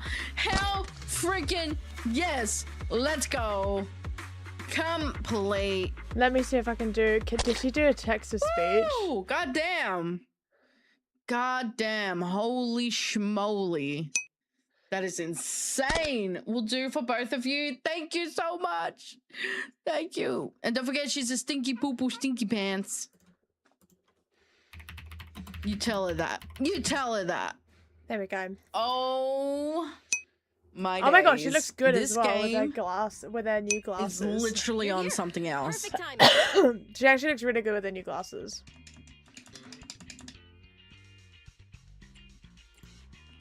That was fast, Nicole.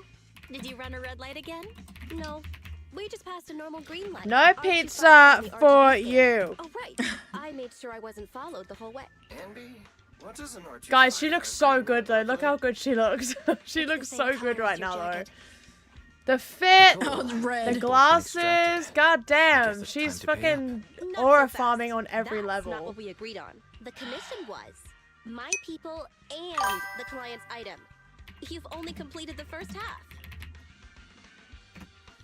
Oh, we also need to do that? Don't worry, I remember. Don't worry, Nicole. We remember. Oh, what is she Just a joke. playing? This looks cool. I knew Faithin was the most Oh my reliable God. and trustworthy. So they called Faithin. According to what we saw before extraction, the White Star Institute. Okay. Oh my god, she looks so good. Tessa looks so good right now. Oh, Oh, but that guy was so whatever. What exactly is I'ma in just that box? lurk Mm-hmm. We'll find out soon enough. because we're gonna rate her later anyway. We gotta finish this, gang. She's oblivious, fucking bitch. Unbelievable. I try and show my support, and that's how she treats me. Jesus, look at what we're left with. Oh my god. Kaz looks so good. Oh my god, she actually looks really, really good today.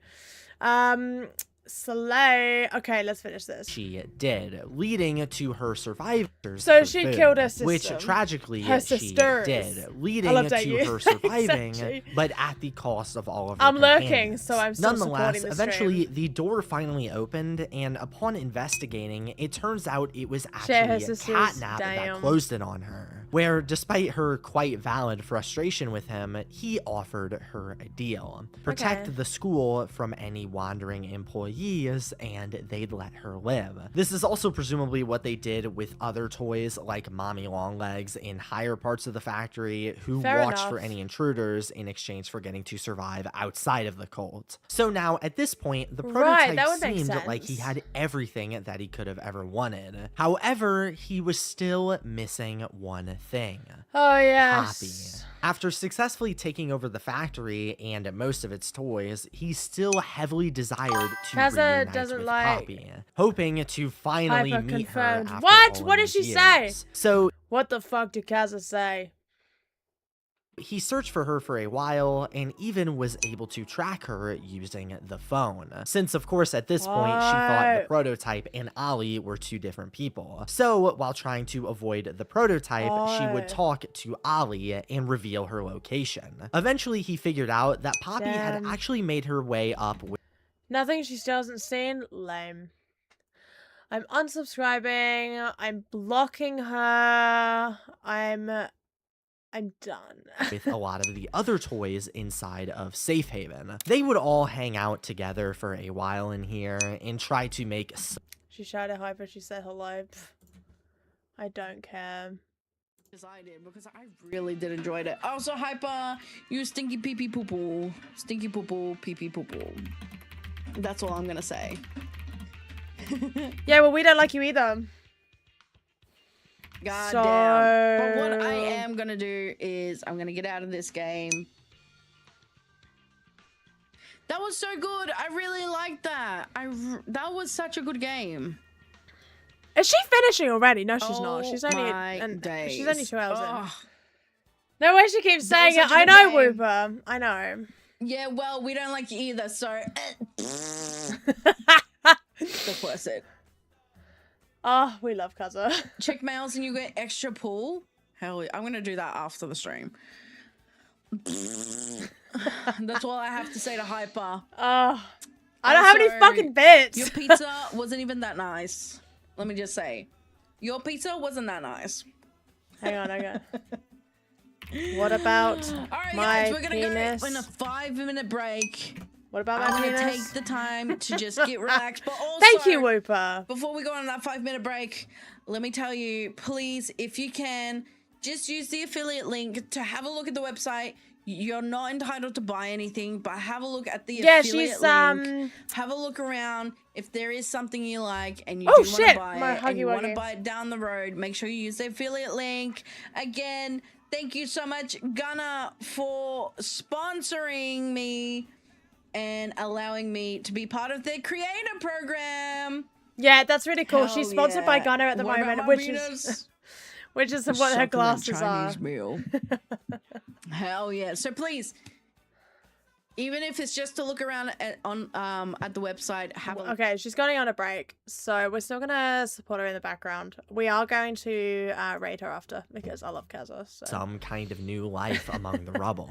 However, with the prototype's prized possession, the Poppy doll being inside of here, She's he so and freaky. his cult would begin to attack the safe haven and its toys, trying to find their way inside to capture Poppy. The safe haven Jeez. toys would fight back, Oh, and yeah, eventually this buildup would lead to the start of the 1997 Toy War. Oh my where God. both sides, the prototype's new rule and Poppy's rebellion, would Jesus. violently fight against each other for control. Now, honestly, very little is known about the specifics of this war or what exactly happened during it, but what we do know is that it quickly Toy started War, to oh weigh my heavily God. on one member of Safe Haven, Poppy. Poppy was quick to Yeah, we panic gotta under do the stress, words on so stream, of after course. listening to the constant battling happening around I need to know how to Safe do that, Haven, actually. she was so freaked out that she decided she needed an escape, and one day would end up leaving the safe haven to go inside of the one place where she She's more locked in than FNAF. Wait, you mean me? I'm locked into this than FNAF? I love FNAF. Shut up. I love FNAF. felt safe. Her old room I understand FNAF. Actually, I would like to watch a lore video, but that's probably a massive video. Gonna be a massive video, like to explain all the lore. I understand the FNAF lore a lot better than Poppy Playtime, so that's why I'm watching this one. by Elliot's office. She would stay here for a little bit, but again, using the phone, it wouldn't take long for the prototype to find her see, that's inside. cool. Now, you'd expect 1006 to want to kill her for being a part of this rebellion. However, he actually No. chose to speak with her. Here you are, hiding in your room, running away from the rebellion. She begged him to stop all of this and to let the orphans go, pleading with him that killing her wouldn't stop the war and that nobody needed to die for either of them. But the prototype didn't want to kill her. In fact, he saw her as extremely valuable. They were the original 2 experiments created by Elliot and were absolutely perfect and therefore immortal experiments that wouldn't age away like the rest of the factory over time and lack of resources. So he didn't want her dead, but rather wanted her to join him in his better place. He revealed to her that he couldn't let the orphans go because without them, they'd be left all alone in this factory for a miserable infinite experience. But clearly, according to the prototype, Poppy didn't understand how painful loneliness was. So to show her an example, the prototype would take her and would lock her inside of a case up in her room where nobody would see her, visit her, or interact with her. One way to make you see this.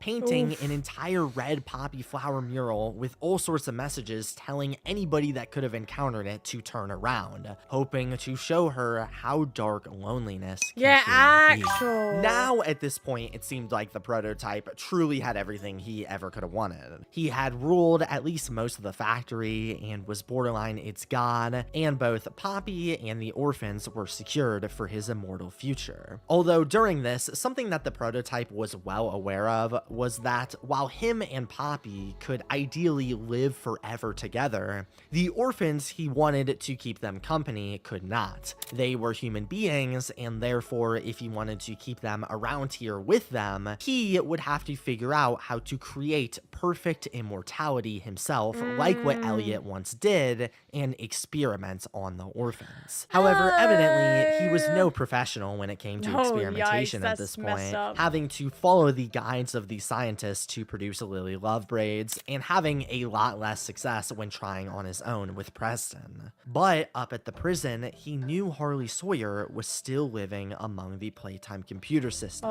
The man with more knowledge about the experiments than anyone alive. So he would go up there and use Harley in the same way he was used back when the factory was open. The prototype consulted Harley for advice on how to make the experiments under threat of destroying him. Harley would comply, and slowly the prototype would begin experimenting himself, attempting to create immortality of his own using the remaining orphans as test subjects. He, like the scientists, would document these experiments under his own number system. And by experiment number 4, he wasn't very successful, as he originally tried reviving them using the poppy gel independently without the negation formula to stop it, which led to the experiment overgrowing, causing the stitching to unravel and the entire being's body spilling onto the table as it breathed.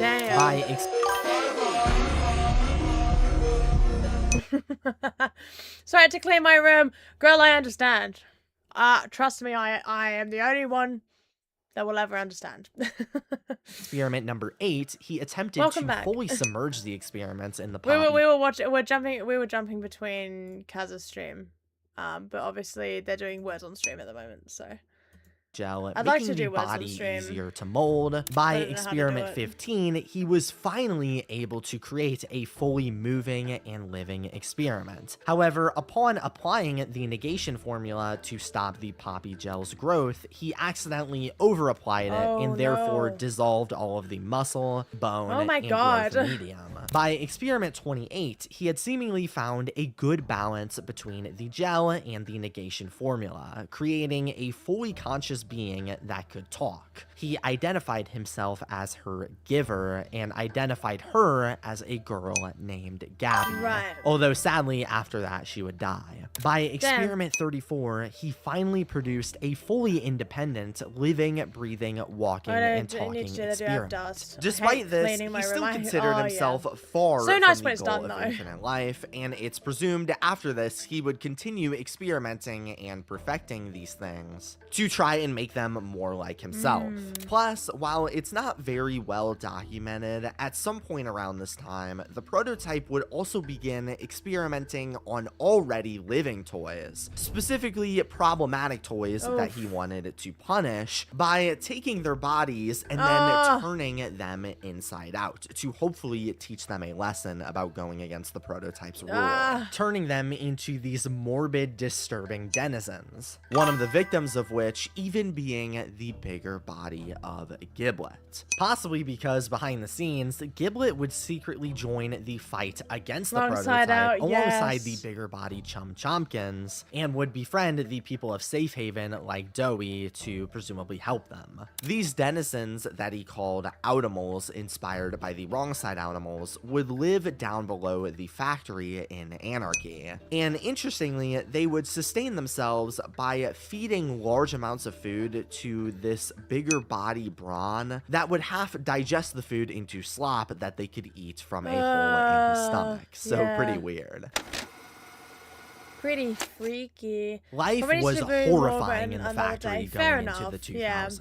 The Safe Haven inhabitants were terrified about Poppy's disappearance and would draw on the walls begging for her to come back, along with painting murals documenting the war that went on around them. Eventually, to try and help out during these trying times, they would start running expeditions outside of Safe Haven, where they would attempt to bring supplies up to Playcare to help sustain some of their allies, like Dog Day. However, these were pretty risky, and in one expedition from February 9th of 2001, a bunch of toys, including Hoppy Hopscotch, got jumped by the outside creatures. And eventually, in one of these expeditions, Hoppy suffered an injury bad enough that it caused her to tragically pass away. As for the Safe Haven's leader, Doughy, while he was by far the most powerful and had no problems physically, mentally he struggled quite a bit, as he randomly, mysteriously leave Safe Haven and travel all the way to the top of the factory just to look at the exits and imagine all the possibilities. He knew he could make it out alive if he truly wanted to, but he also knew he'd be abandoning the friends at Safe Haven. But what would you do once you got out? You know what I mean? Fortunately for them, though, Doughy would always come back down and stick with them through thick and thin.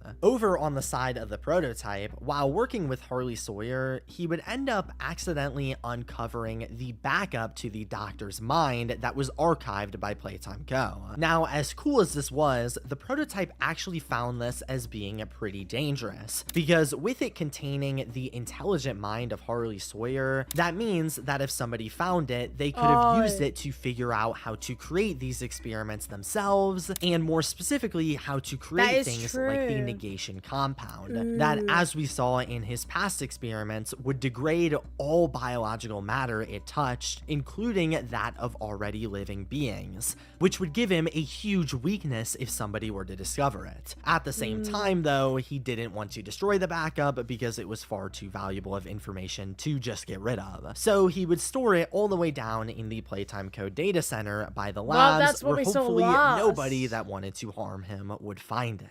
Moving forward a bit, by 2003, the only real notable thing to have happened was rumors started to circulate that after the Hour of Joy, 23 different toys called the Joyless, led by a toy named Gentle John, had apparently found their way up and out of the factory, escaping the prototype's cult. He obviously didn't like this, and didn't want any other toys to get the same idea, so he would go around the factory interrogating any toys that knew about this incident, and to silence them, he would kill them. While at the same time, the members of the prototype's cult would create a newsletter called A Better Press, where the prototype would have them release all sorts of propaganda. For instance, he had them make up a story that the rumored escapees were found dead in a fire in the Innovation Wing, while also saying that his enemies in Safe Haven were supposedly starting to eat each other, hoping to keep anybody from joining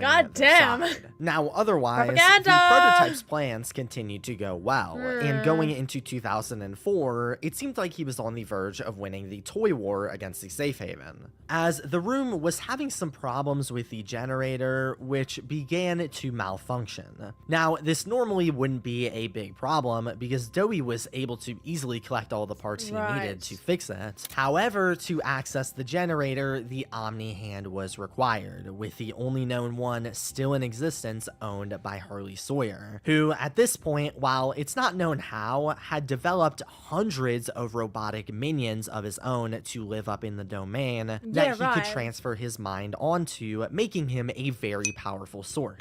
Or in other words, they had no real way to access it without risking death. In December of 2004, they even began trying to find new places to hide to desperately find an out from the prototype. And although the ally Giblet would suggest that they come down to the recycling area in the labs where he was stationed, they wouldn't end up doing so, and by 2005, things had reached the end of the line. The enemy toys had completely surrounded the safe haven, and while the members would attempt to place traps to stop them, the prototype had figured out how to get past all of them and would menacingly wait outside of their door, tapping. because he's very intelligent. With the reality that safe haven was on the ropes and could be breached at any moment, one of the inhabitants had a crazy idea. Kissy Missy.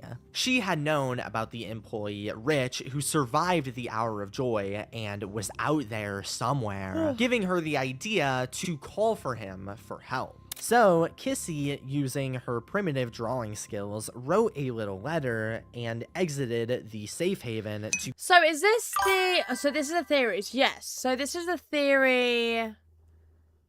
Right. You know what? I mean, look, I'm open to all theories.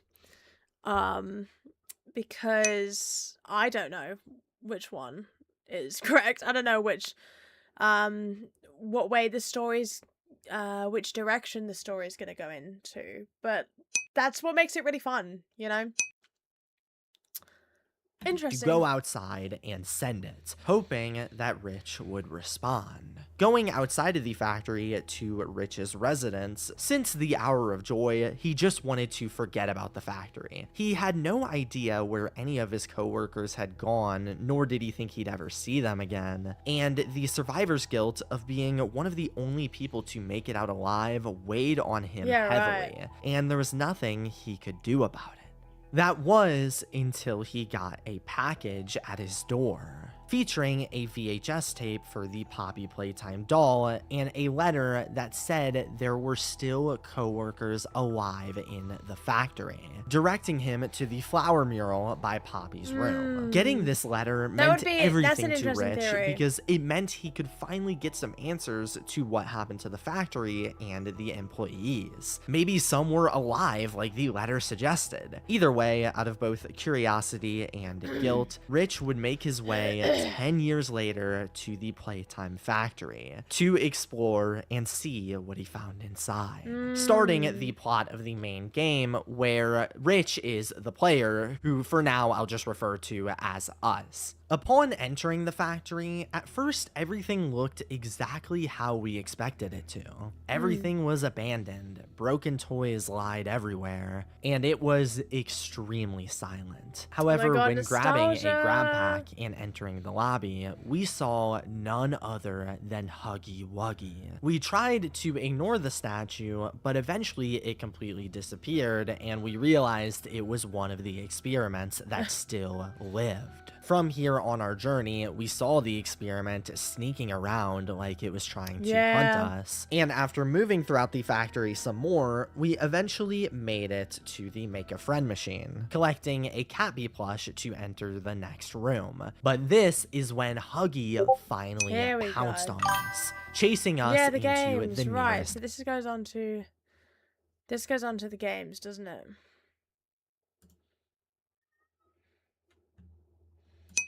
I see.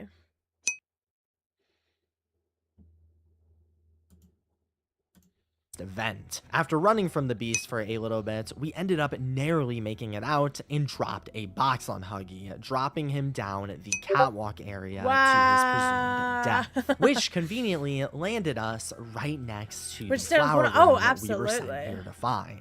This We is so approached interesting. and I entered know. the mysterious room to find It's so that good. the entire place was themed like a house. As strange as this was, we continued King, down, stop shaking and at ass! the end were some wooden doors that, when opening, revealed none other than Poppy, locked inside of a case. Naturally, we finally opened the door, and after multiple years of being stuck, Poppy was free.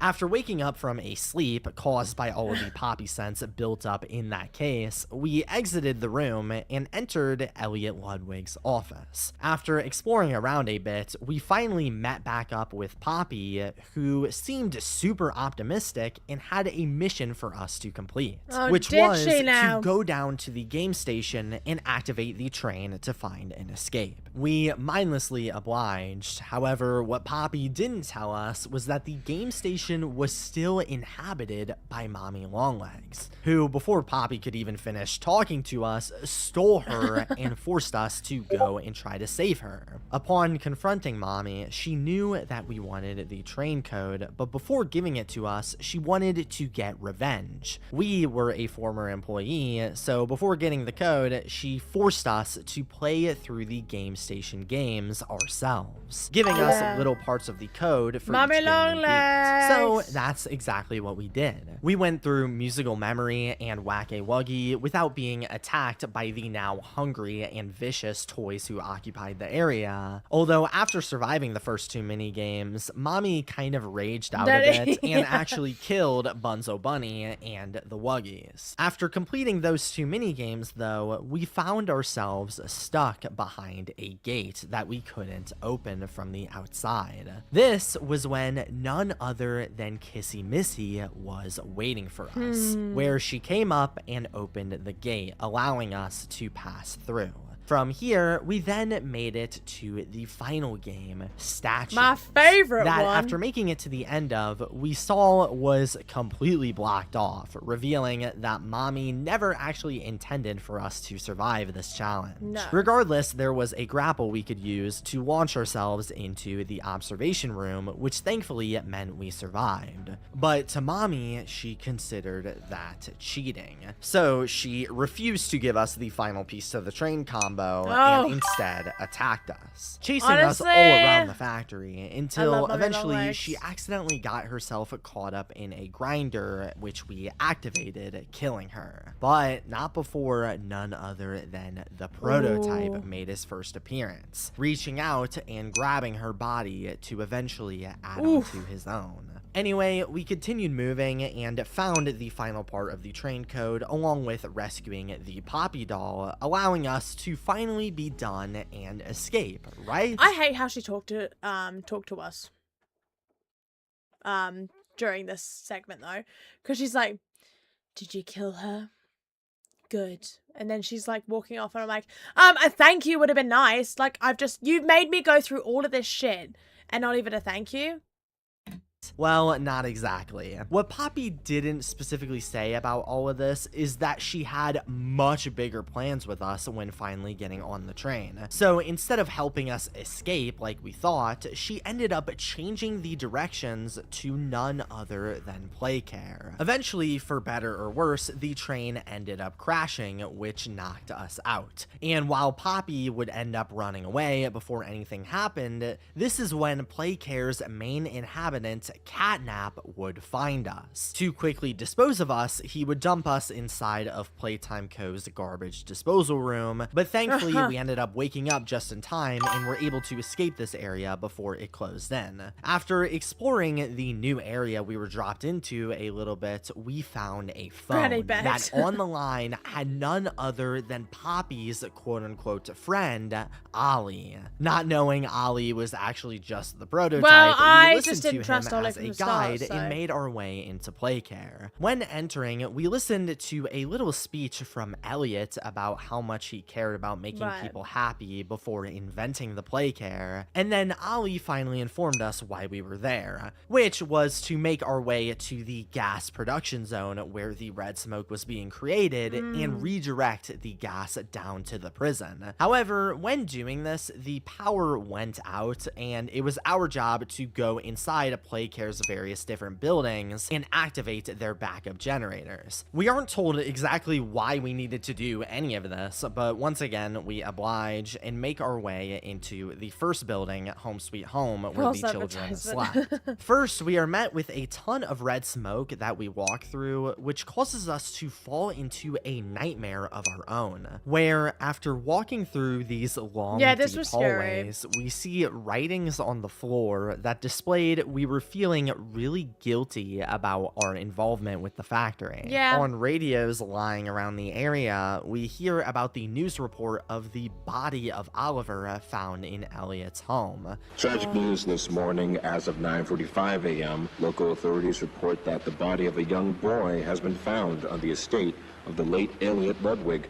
We even get to revisit our old desk from when the factory was still open. Damn. Nonetheless, we push further in this dream and eventually find ourselves stuck inside of a lab room, the place Playtime Co. would work on these experiments, where, for a role reversal, an evil Huggy comes out of the TV and we become the victims as he corners us and eats us, finally Scary. ending the dream. Once we woke up, though, we continued our journey. Quickly, we saw that, like Huggy, Catnap was lurking around hunting us, but didn't strike yet. Regardless, we successfully Hey, powered Paula. on the Home Nice Sweet to see Home you still generator here. and made our way out. When stepping outside, we are ambushed by none other than Kissy Missy, who had met back up with Poppy and attacked us out of pure fear after the hour of joy that clearly traumatized her. Anyway, with Poppy now back with us, she explained to us that the reason she dragged us down here in general was to defeat the prototype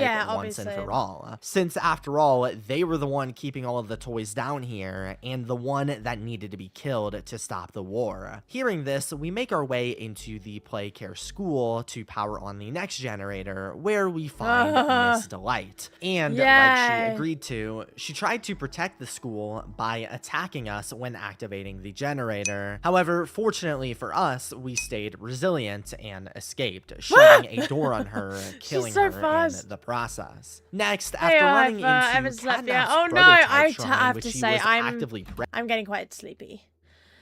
We've got roughly 20 minutes left on the video, so when we do this, we will raid Kaza.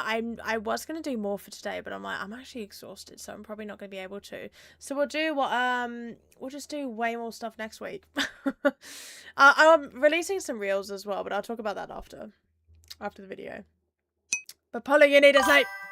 praying You to, need to we sleep. made our way to the playhouse, which was no longer inhabited by children, but rather hundreds of mini critters, where upon exploring, we see that every other smiling critter bigger body was now dead, except for Dog Day, whose body at this point was completely eaten from the hip down. He tried to warn us to leave, as there was nothing left to save here. However, just seconds later, the mini critters came to finally finish him off, eating him from the inside out and possessing his body, before chasing us out of the playhouse and back into Playcare to enter the final destination, the counselor's office. Upon entering the office and activating the final generator, Catnap finally attacked, jumping us, sending one the player scared me. into a second dream I'm definitely sequence where Granny. this What? time we imagine all I of am the not that children old. inside of Playcare before it was destroyed, even having a little flash to the hour of joy. This Sleeper time organizing when in waking- Minecraft world. Gotta get. That's true. Ah, Paul, I can't even be mad. Up, Catnap strictly tells us on the phone to leave. However, before doing that, we attempted to power on the gas production zone finally, only for Catnap to have enough and pounce on us in the process, chasing us up a lift where, after fighting off Catnap for a while, we were able to activate a green hand I actually did a charge, really where we good were job with given that no one. other choice but to use the green hand of our own to charge it and then shoot it at Catnap, only for him to breathe out his red smoke, causing an Sleep or help me save 50% or more of my car insurance. explosion all over his body, burning every ounce of his hair off. The prototype came from above as Catnap once again got into a prayer position. However, for whatever reason, 1006 had enough of him, stabbing and killing him before taking his body away as well. Anyway, we finally get to power on the gas production zone and send the gas down towards the prison. When getting on the lift to take us to the prison with Poppy, while Kissy pulled the lever to let us down. As we got lower and lower, suddenly Kissy was attacked by the prototype, who tore her apart as well. Fortunately, once we reached the bottom, Poppy left us to search for the safe haven and went up to go save Kissy. We keep moving and eventually come across the toy graveyard, filled to the brim with piles upon piles of now dead toys. After passing through this area and reaching the train that takes us to the prison, we end up uncovering the now decaying body of Riley, holding the key to one of the doors that we took and used to enter the prison train. However, while waiting for it to start, we end up coming face to face with none other than Harley Sawyer, the doctor, who all this time, as it turns out, has been watching over us and our journey through the Playtime cameras, and now was here, showing himself through one of the Playtime Co. TVs. He taunts us for a little bit here, and then eventually, finally, drops us into the prison. We explore around a little bit while Harley continues to mess with us, doing things like locking us in one of the cell blocks that he filled up with red smoke until we we have escape. to like do Once puzzles making and it stuff out to of the escape. prison cell blocks, we go into an observation.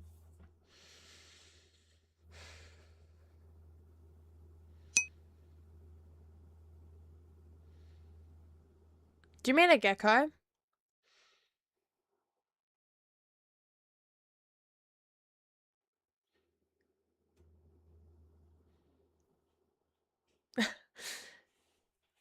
What do you mean, gecko?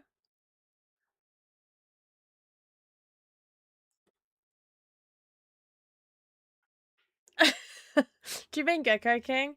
I was gonna mention how fast this guy's talking, but I legit do the same whenever I'm talking about just it literally, this is the thing, like if you know a lot about something, like it just becomes blah, blah, blah. But like no, this is really good. This is a really good video actually. Yes, no, geckos exist. Geckos definitely exist here. You find, I think they're called geckos, but like you can find them like under rocks and stuff, and you open it and you think, oh my god, is that a brown snake? And then you go, oh wait, he's got little feeties. Because baby brown snakes are hella venomous.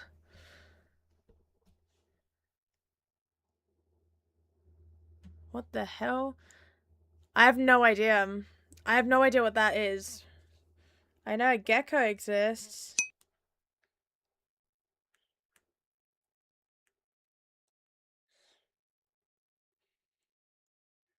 What do you say? I guess.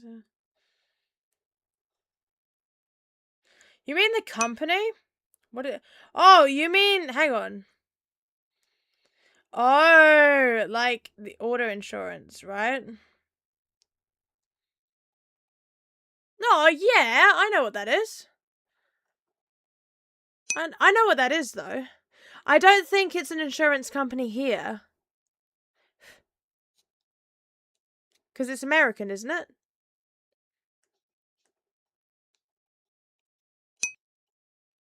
Is a major American auto insurance company. Yeah, so it's an American one. We have different ones here. I know, I don't think it's in Australia. I know it exists because I've seen memes and stuff. I've seen it online. I don't think it exists in Australia.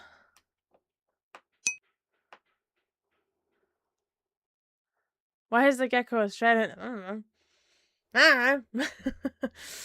I don't know. But, like, I know that it exists. We have different insurance companies here, though. Yeah, I think it's a British agent. I think it's a British accent. Oh, wait. Yeah, maybe it's... room Yeah, where actual... Harley reveals Way to that he confuse had everyone. since reunited with an old friend of his, Yarnaby, who he let out of containment to try and hunt us down. Anyway, we keep moving, sneaking around Yarnaby and even having to run from him when he eventually does spot us. But then, when entering a different observation room, we accidentally fall down and land defenseless in front of none other than Pianosaurus, who was still alive and quickly, like he did in the past, charged towards us, only for us to thankfully be saved last second by none other than Doe the Doe Man, who introduces himself to us and directs us over to Safe Haven. However, on our way, we are dragged into a hiding spot by none other than Kissy Missy, who miraculously survived her attack from the prototype and had met back up with Poppy. However, the prototype was still hot on our tail, walking past our hiding spots until we quickly find an opening and exit and run into Safe Haven just in time. Here, Poppy finally explained to us how exactly she planned to kill the prototype, which was to use the red smoke that we directed down here to burn the entire factory down. This was controversial with Doey since he knew to kill the prototype, they'd also have to kill every might other go to sleep, toy but good night. No, good night, Becky. No, thank you so much for staying for so long. I know it's super late for you, so I do appreciate it. We're probably going to end soon anyway. We've got like 20-ish minutes. Actually, no. We've got like 12 minutes left of the video, actually. Yeah, this video is more of a recap than a summary. Yeah, no, oh no, it's definitely a recap. It's not no way a summary.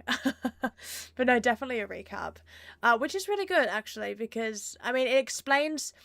I mean, obviously, now we're getting onto the game part, but before it was, like, for most of the video, it was mostly the lore behind everything, which really, it really unpacks everything.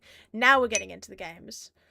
But no, I'll see you next time, Becky. I'll see you next week at some point. Oh my god, Becky, please go to sleep. It's 12. That's crazy. But no, I'll see you next week. Absolutely.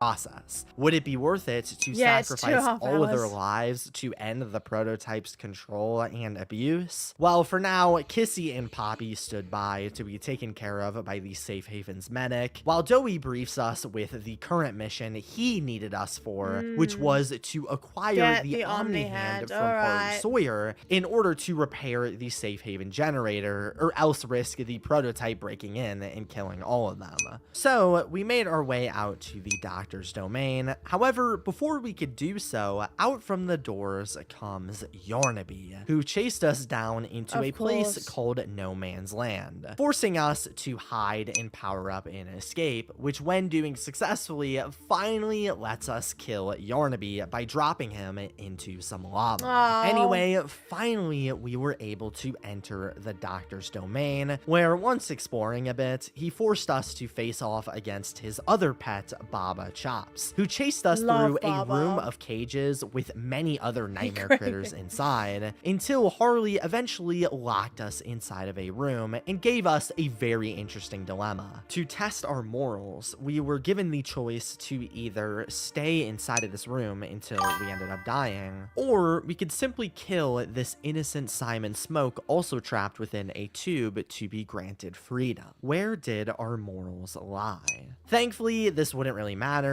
because we were able to find an escape through a hidden exit that he didn't consider. And finally, Harley would let— Wait, there was... Wait. There was an escape the whole time?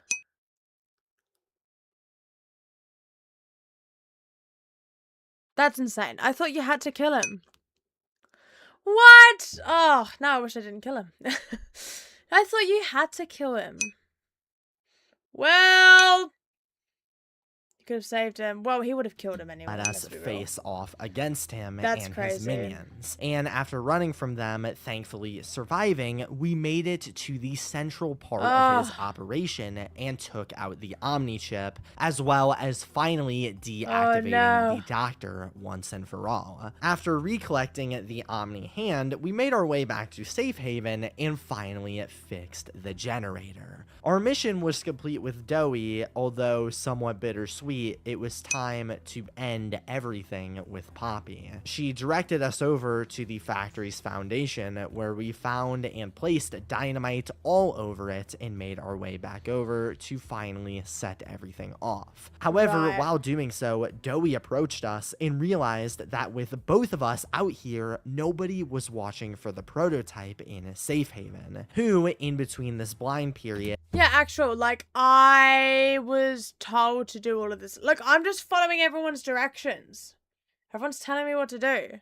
it had actually stolen all of our explosives and snuck into Safe Haven, blowing up absolutely everything and killing every single toy inside. After assessing the damage, we saw that there was nothing left but rubble, and Doey was heartbroken. Here, we see him bounce wildly across his 3 personalities, saying it was his fault, and then ultimately deciding that it was actually our fault, causing him to shapeshift into a massive demonic salamander and chase us down. When fighting Doey, we take advantage of the liquid nitrogen canisters left down here and exploded them onto Doey, leading to his body freezing and allowing us to saw his otherwise malleable body down, taking us to a pressing room where we freeze him once more and finally crushed his body, causing him to sadly die, but not before finally snapping out of it and apologizing. I'm sorry. I'm sorry. Anyway, after making our way through, we enter a little vent shaft and find that miraculously, Poppy and Kissy had snuck away from Safe Haven before it had blown up. However, at this point, And at this point, she was like, "What did you do?" I'm like, "I just did what you told me to do." Oh, don't get me started. Prototype was done pretending to be Ollie all these years for Poppy, and he revealed to her that this entire time he actually always was 1006, telling her he was going to blow up the vent we were all hiding in, causing Poppy to run through a little exit, Causing Poppy to abandon us, while the prototype blew up the shaft. Kevin which didn't thankfully apologize. both Yeah, us exactly. and Kevin Kissy didn't survived, apologize. but while trying to hold us up, Kissy's arm tore off and we fell below, separated from both of them. Now, for the player, we did end up surviving this fall as well and found ourselves right outside of the lab's entrance, where using the Omni hand, we were able to enter. However, when doing so, we saw that from the outside, we had accidentally awoken a familiar beast, Huggy Wuggy, who had apparently survived his fall and now was repaired and ready to attack, banging on the glass and chasing us throughout the labs. The beast continually kept attacking us until we ended up making it into an elevator, where Huggy ambushed one more time and stole our grab pack, finally leaving us alone for a little while. On the other hand, for Poppy, after running throughout the vents from the prototype, who is now in full pursuit of trying to put Poppy back in her case, she thankfully managed to escape him. However, she only did this by accidentally falling through the vents, which landed her directly in front of none other than Lily Lovebraids inside of her dollhouse. As for Kissy, she attempted to follow Poppy and looked around for her around the Sweet Street area, only for Lily to find and capture her as well, trapping both of them inside of her prison to treasure them as her new friends. Back over to the player, after exiting the elevator, we saw that down in the darkest depths of Playtime Co., there were the Outimals, these these creepy inside-out toys that lurked and lived around here. We ended up finding a toy Globey that allowed us to search for hidden ink drawn around the labs, along with being able to shine lights to scare the animals away. Anyway, after being jumped by one of the animals and slowly dragged away, we are saved by So I have to go feed the kitties, but in case I don't get back in time, have a great day, everyone. Oh, thank you, Angie. I really appreciate that. Of course, do not stress at all. How much time have we got left? Less than 10 minutes. But then we're gonna I'm gonna make a few announcements after as well. So I might be here. I don't know. Than Giblet, one of the prototype's old collaborators who had been living down here the entire time and had even made a little weapon of his to fight off the monsters. Anyway, after hiding from the prototype, who was still working around here, he ends up taking us over to his base, and he directed us to a new grab pack, which was in the mouth of the feeder Bigger Body Brawn. Right, after exploring a little bit further, we end up running into none other than Chum Chompkins, who also worked with Giblet and tasked us with finding some research notes that they said could contain the prototype's weakness. Upon digging around a little bit and eventually finding these notes, we learned that the notes in question were actually a presentation centered around the negation compound, the stuff used to destroy biological matter and the prototype's only weakness. At the end of the presentation, they listed an archive sheet for where to find more information about the compound, listing the master backup inside of the data center as the only place containing the information. After giving these notes to Giblet and Chum, they tasked us with making our way to this data center and accessing this master backup to hopefully learn how to create this negation compound and use it against the prototype. Anyway, again, the prototype came looking for us. However, this time we actually just chose to hop into Chum Chompkins' belly. Actually, we didn't get to choose at all. He just ate us. So let's get one thing straight. Like what the children used to do until the prototype of course, passed, no worries, and sadly Chum had to leave us. Anyway, in order to get to this backup Giblet wanted us to reach, we had to cross through a Sweet Street with none other than Lily Lovebrains. After having another run-in with Huggy outside of the Sweet Street's entrance, having to use projections of Kissy Missy to distract him, we finally powered on the entrance, and upon exploring, it didn't take too long for Lily Lovebrains to find us and take us into her dollhouse like the others. Upon doing so, she revealed that she wanted us to gather her friends for the tea party that was supposedly happening soon. Since with her trapping the Poppy doll down in the basement, the prototype finally agreed to come over as a special guest to collect the doll. After we organized all of her toys and eventually snuck into her room, which contained the original skeleton of Miss Gracie, we find her prison key and make our way to the basement, where Kissy and Poppy were locked, freeing them. On the way out, however, Lily eventually captures us and forces us to be a part of the tea party, where finally, after all this time, the prototype fully revealed himself to us, barging into Lily's house. She was excited for his presence after being ignored for so many years, although admittedly he didn't really care and was really after his prized possession, Poppy, who he finally had right in front of him once again. He explained his mission as he grabbed the Poppy doll. However, before he could do anything, he accidentally would crack her face, shocking him and causing him to drop her. Seeing this happen enraged Kissy, especially after what he did to her, so she attacked the prototype, giving us a window to escape. Lily then tried to chase us down. However, after climbing up the Sweet Street's clouds, we were able to drop one that she was standing on, leading to her falling on the floor and dying. Now, finally making it past, we met back up with Giblet, Poppy, and Kissy to tragically see Poppy's now destroyed. Yeah, a lot of people didn't know it was an accident. I didn't know it was an accident, but that makes sense, actually. That does make sense. I got a little bit too excited when I saw that, though, because I was like, finally, Poppy's annoying me.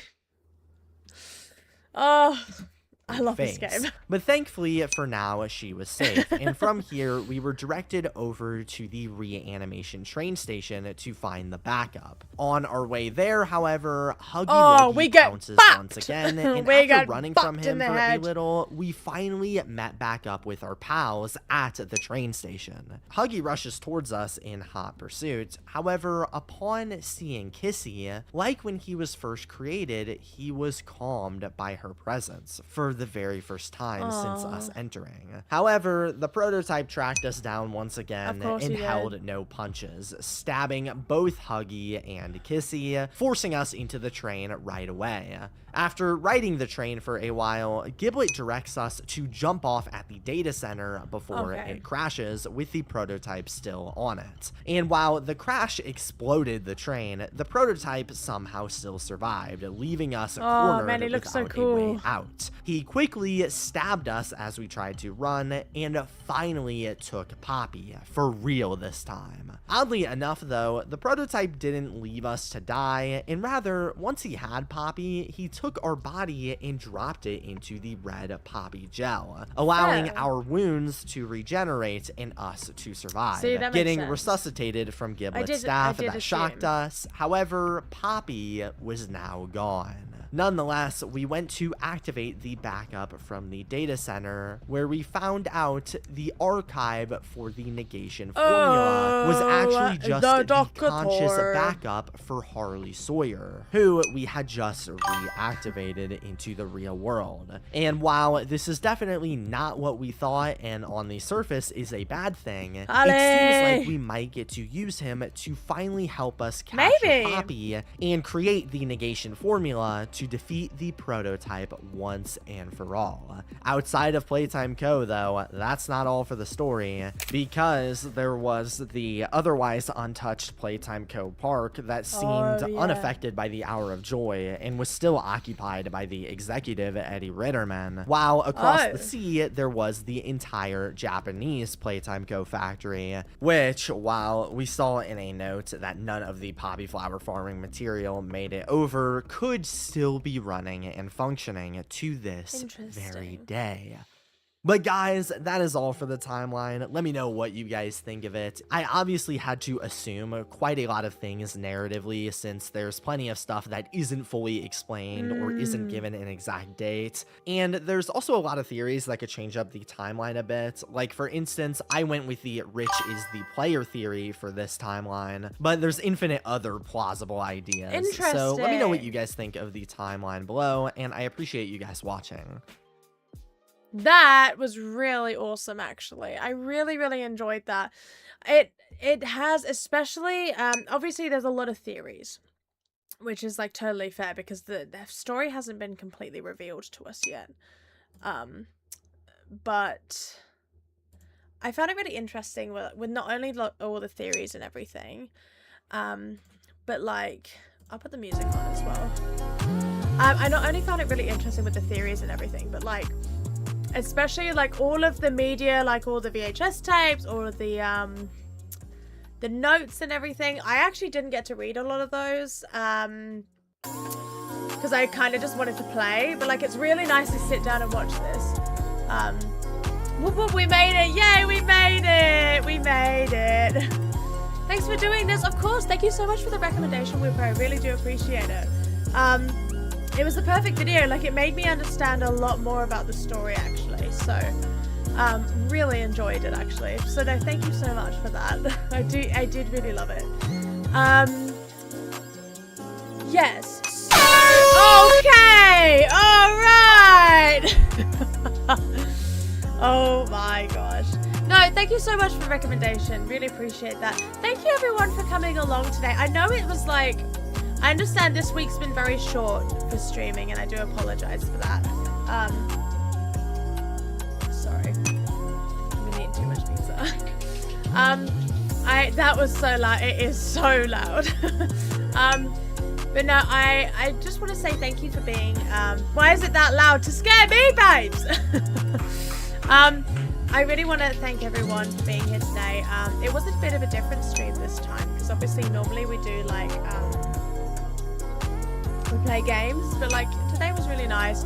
especially because I'm super tired. So I'm definitely going to have a shower and getting straight into bed because I'm so tired. As I said before, I am busy this weekend, so I won't be able to play tomorrow or the weekend, but we are back to normal next week, so we'll be playing lots of games. I've got some community events that, like, whenever I'm not streaming, I'm planning events and things, because I really want to include you guys on some community events as well, but I got to figure out the rules and regulations around it. So best way to get in contact with me, guys, for those who are watching and are interested,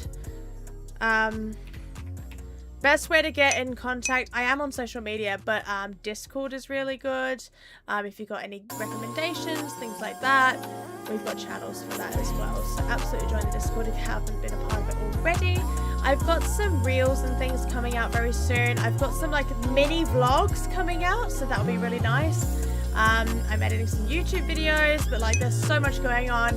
It's tax season, so I'm doing my taxes. There's a lot going on, so wanting to make sure I do everything properly. And the Poppy playthrough, yes. So chapters 1 and 2, that's the next YouTube video that's coming out. The Poppy Playtime, chapters 1 and 2 is going to be one video, and then we've got 3 and 4 possibly on another video, and then maybe 5 by itself. Maybe. We'll see. But no, absolutely. All of those are coming to YouTube. So the whole Poppy Playtime playthrough might be spread over a couple of videos, but they are coming to YouTube. So yeah, chapters 1 and 2 will come out first. We've got so many videos coming. Actually, we've got obviously Poppy Playtime's coming out first. Then we've got Tattletale, because we played that a while back, and then we've got, what was the other one we did? We can have a water park simulator one, possibly Resident Evil. Oh, there's a Resident Evil 2 one coming out. You don't know that? Oh, it's really good. It was really fun. We played it in one stream. That was really good. So no, absolutely. What was the other thing I was going to say? I was going to say it before, but I thought, no, I'll say it after. I don't know. I'm not sure. I've got some YouTube videos coming out though, which is really exciting. But no, I'm doing a lot of planning in the background, especially this weekend, although I have a family event, because I'm staying down there all weekend. I will be taking my laptop so I can do a bit of work down there as well. Get you guys some content out and everything, which will be great. But yeah, back to streaming normal next week, which will be fantastic. But yes, I'm very tired, so I'm going to bed now. Let's have a look. Kaz is still streaming, isn't she? There's that Shay. Yes. Oh, she's doing Tomb Raider now. Yes, thank you, Whoop. I really appreciate it. Thank you, everyone, for being here. We are going to raid Kaza because we love Kaza. Look, we love Kaza here. So we're going to raid Kaza. If you haven't already, please chuck her a follow if you like. She's really funny. Me and Kaza did an 11-hour stream, which you can watch on YouTube, but I will be editing it down into, like, she called you stinky, though. Yeah, I know, 11 hours, so I will be editing that down in, like, funny moments, but obviously it's a massive video, so it's going to take me a while. But no, we are going to raid Kaza, so I want to say thank you all so much for being here. Thank you for your patience, and thank you for your understanding that I can't obviously stream this weekend, but back to normal next week. We've got so many games we can play. I'm really excited. We can do some more Bean Boozled. I know you guys love Bean Boozled, so we can do more Bean Boozled as well. But yes, absolutely. Love you all so much. Have an amazing day. What are you going to do next week? Literally anything. Like, I definitely want to do Five Nights at Freddy's. I want to do maybe Slime Rancher. We've done a bit of Slime Rancher, so let's mix in a cozy game in there somewhere. We could do Water Park Simulator maybe. Ghost Simulator 3. You know what? Let me see if I can hook up my PS5 and see if we can do Ghost Simulator actually. I've got my Switch hooked up at the moment. But let me see if I can hook up my PS5, because why not? I got to organize the wires and everything. But I can definitely see if I can do that next week. But we'll be doing that soon anyway. Anyways, love you all so much. We're going to raid Castle. See you later. Bye.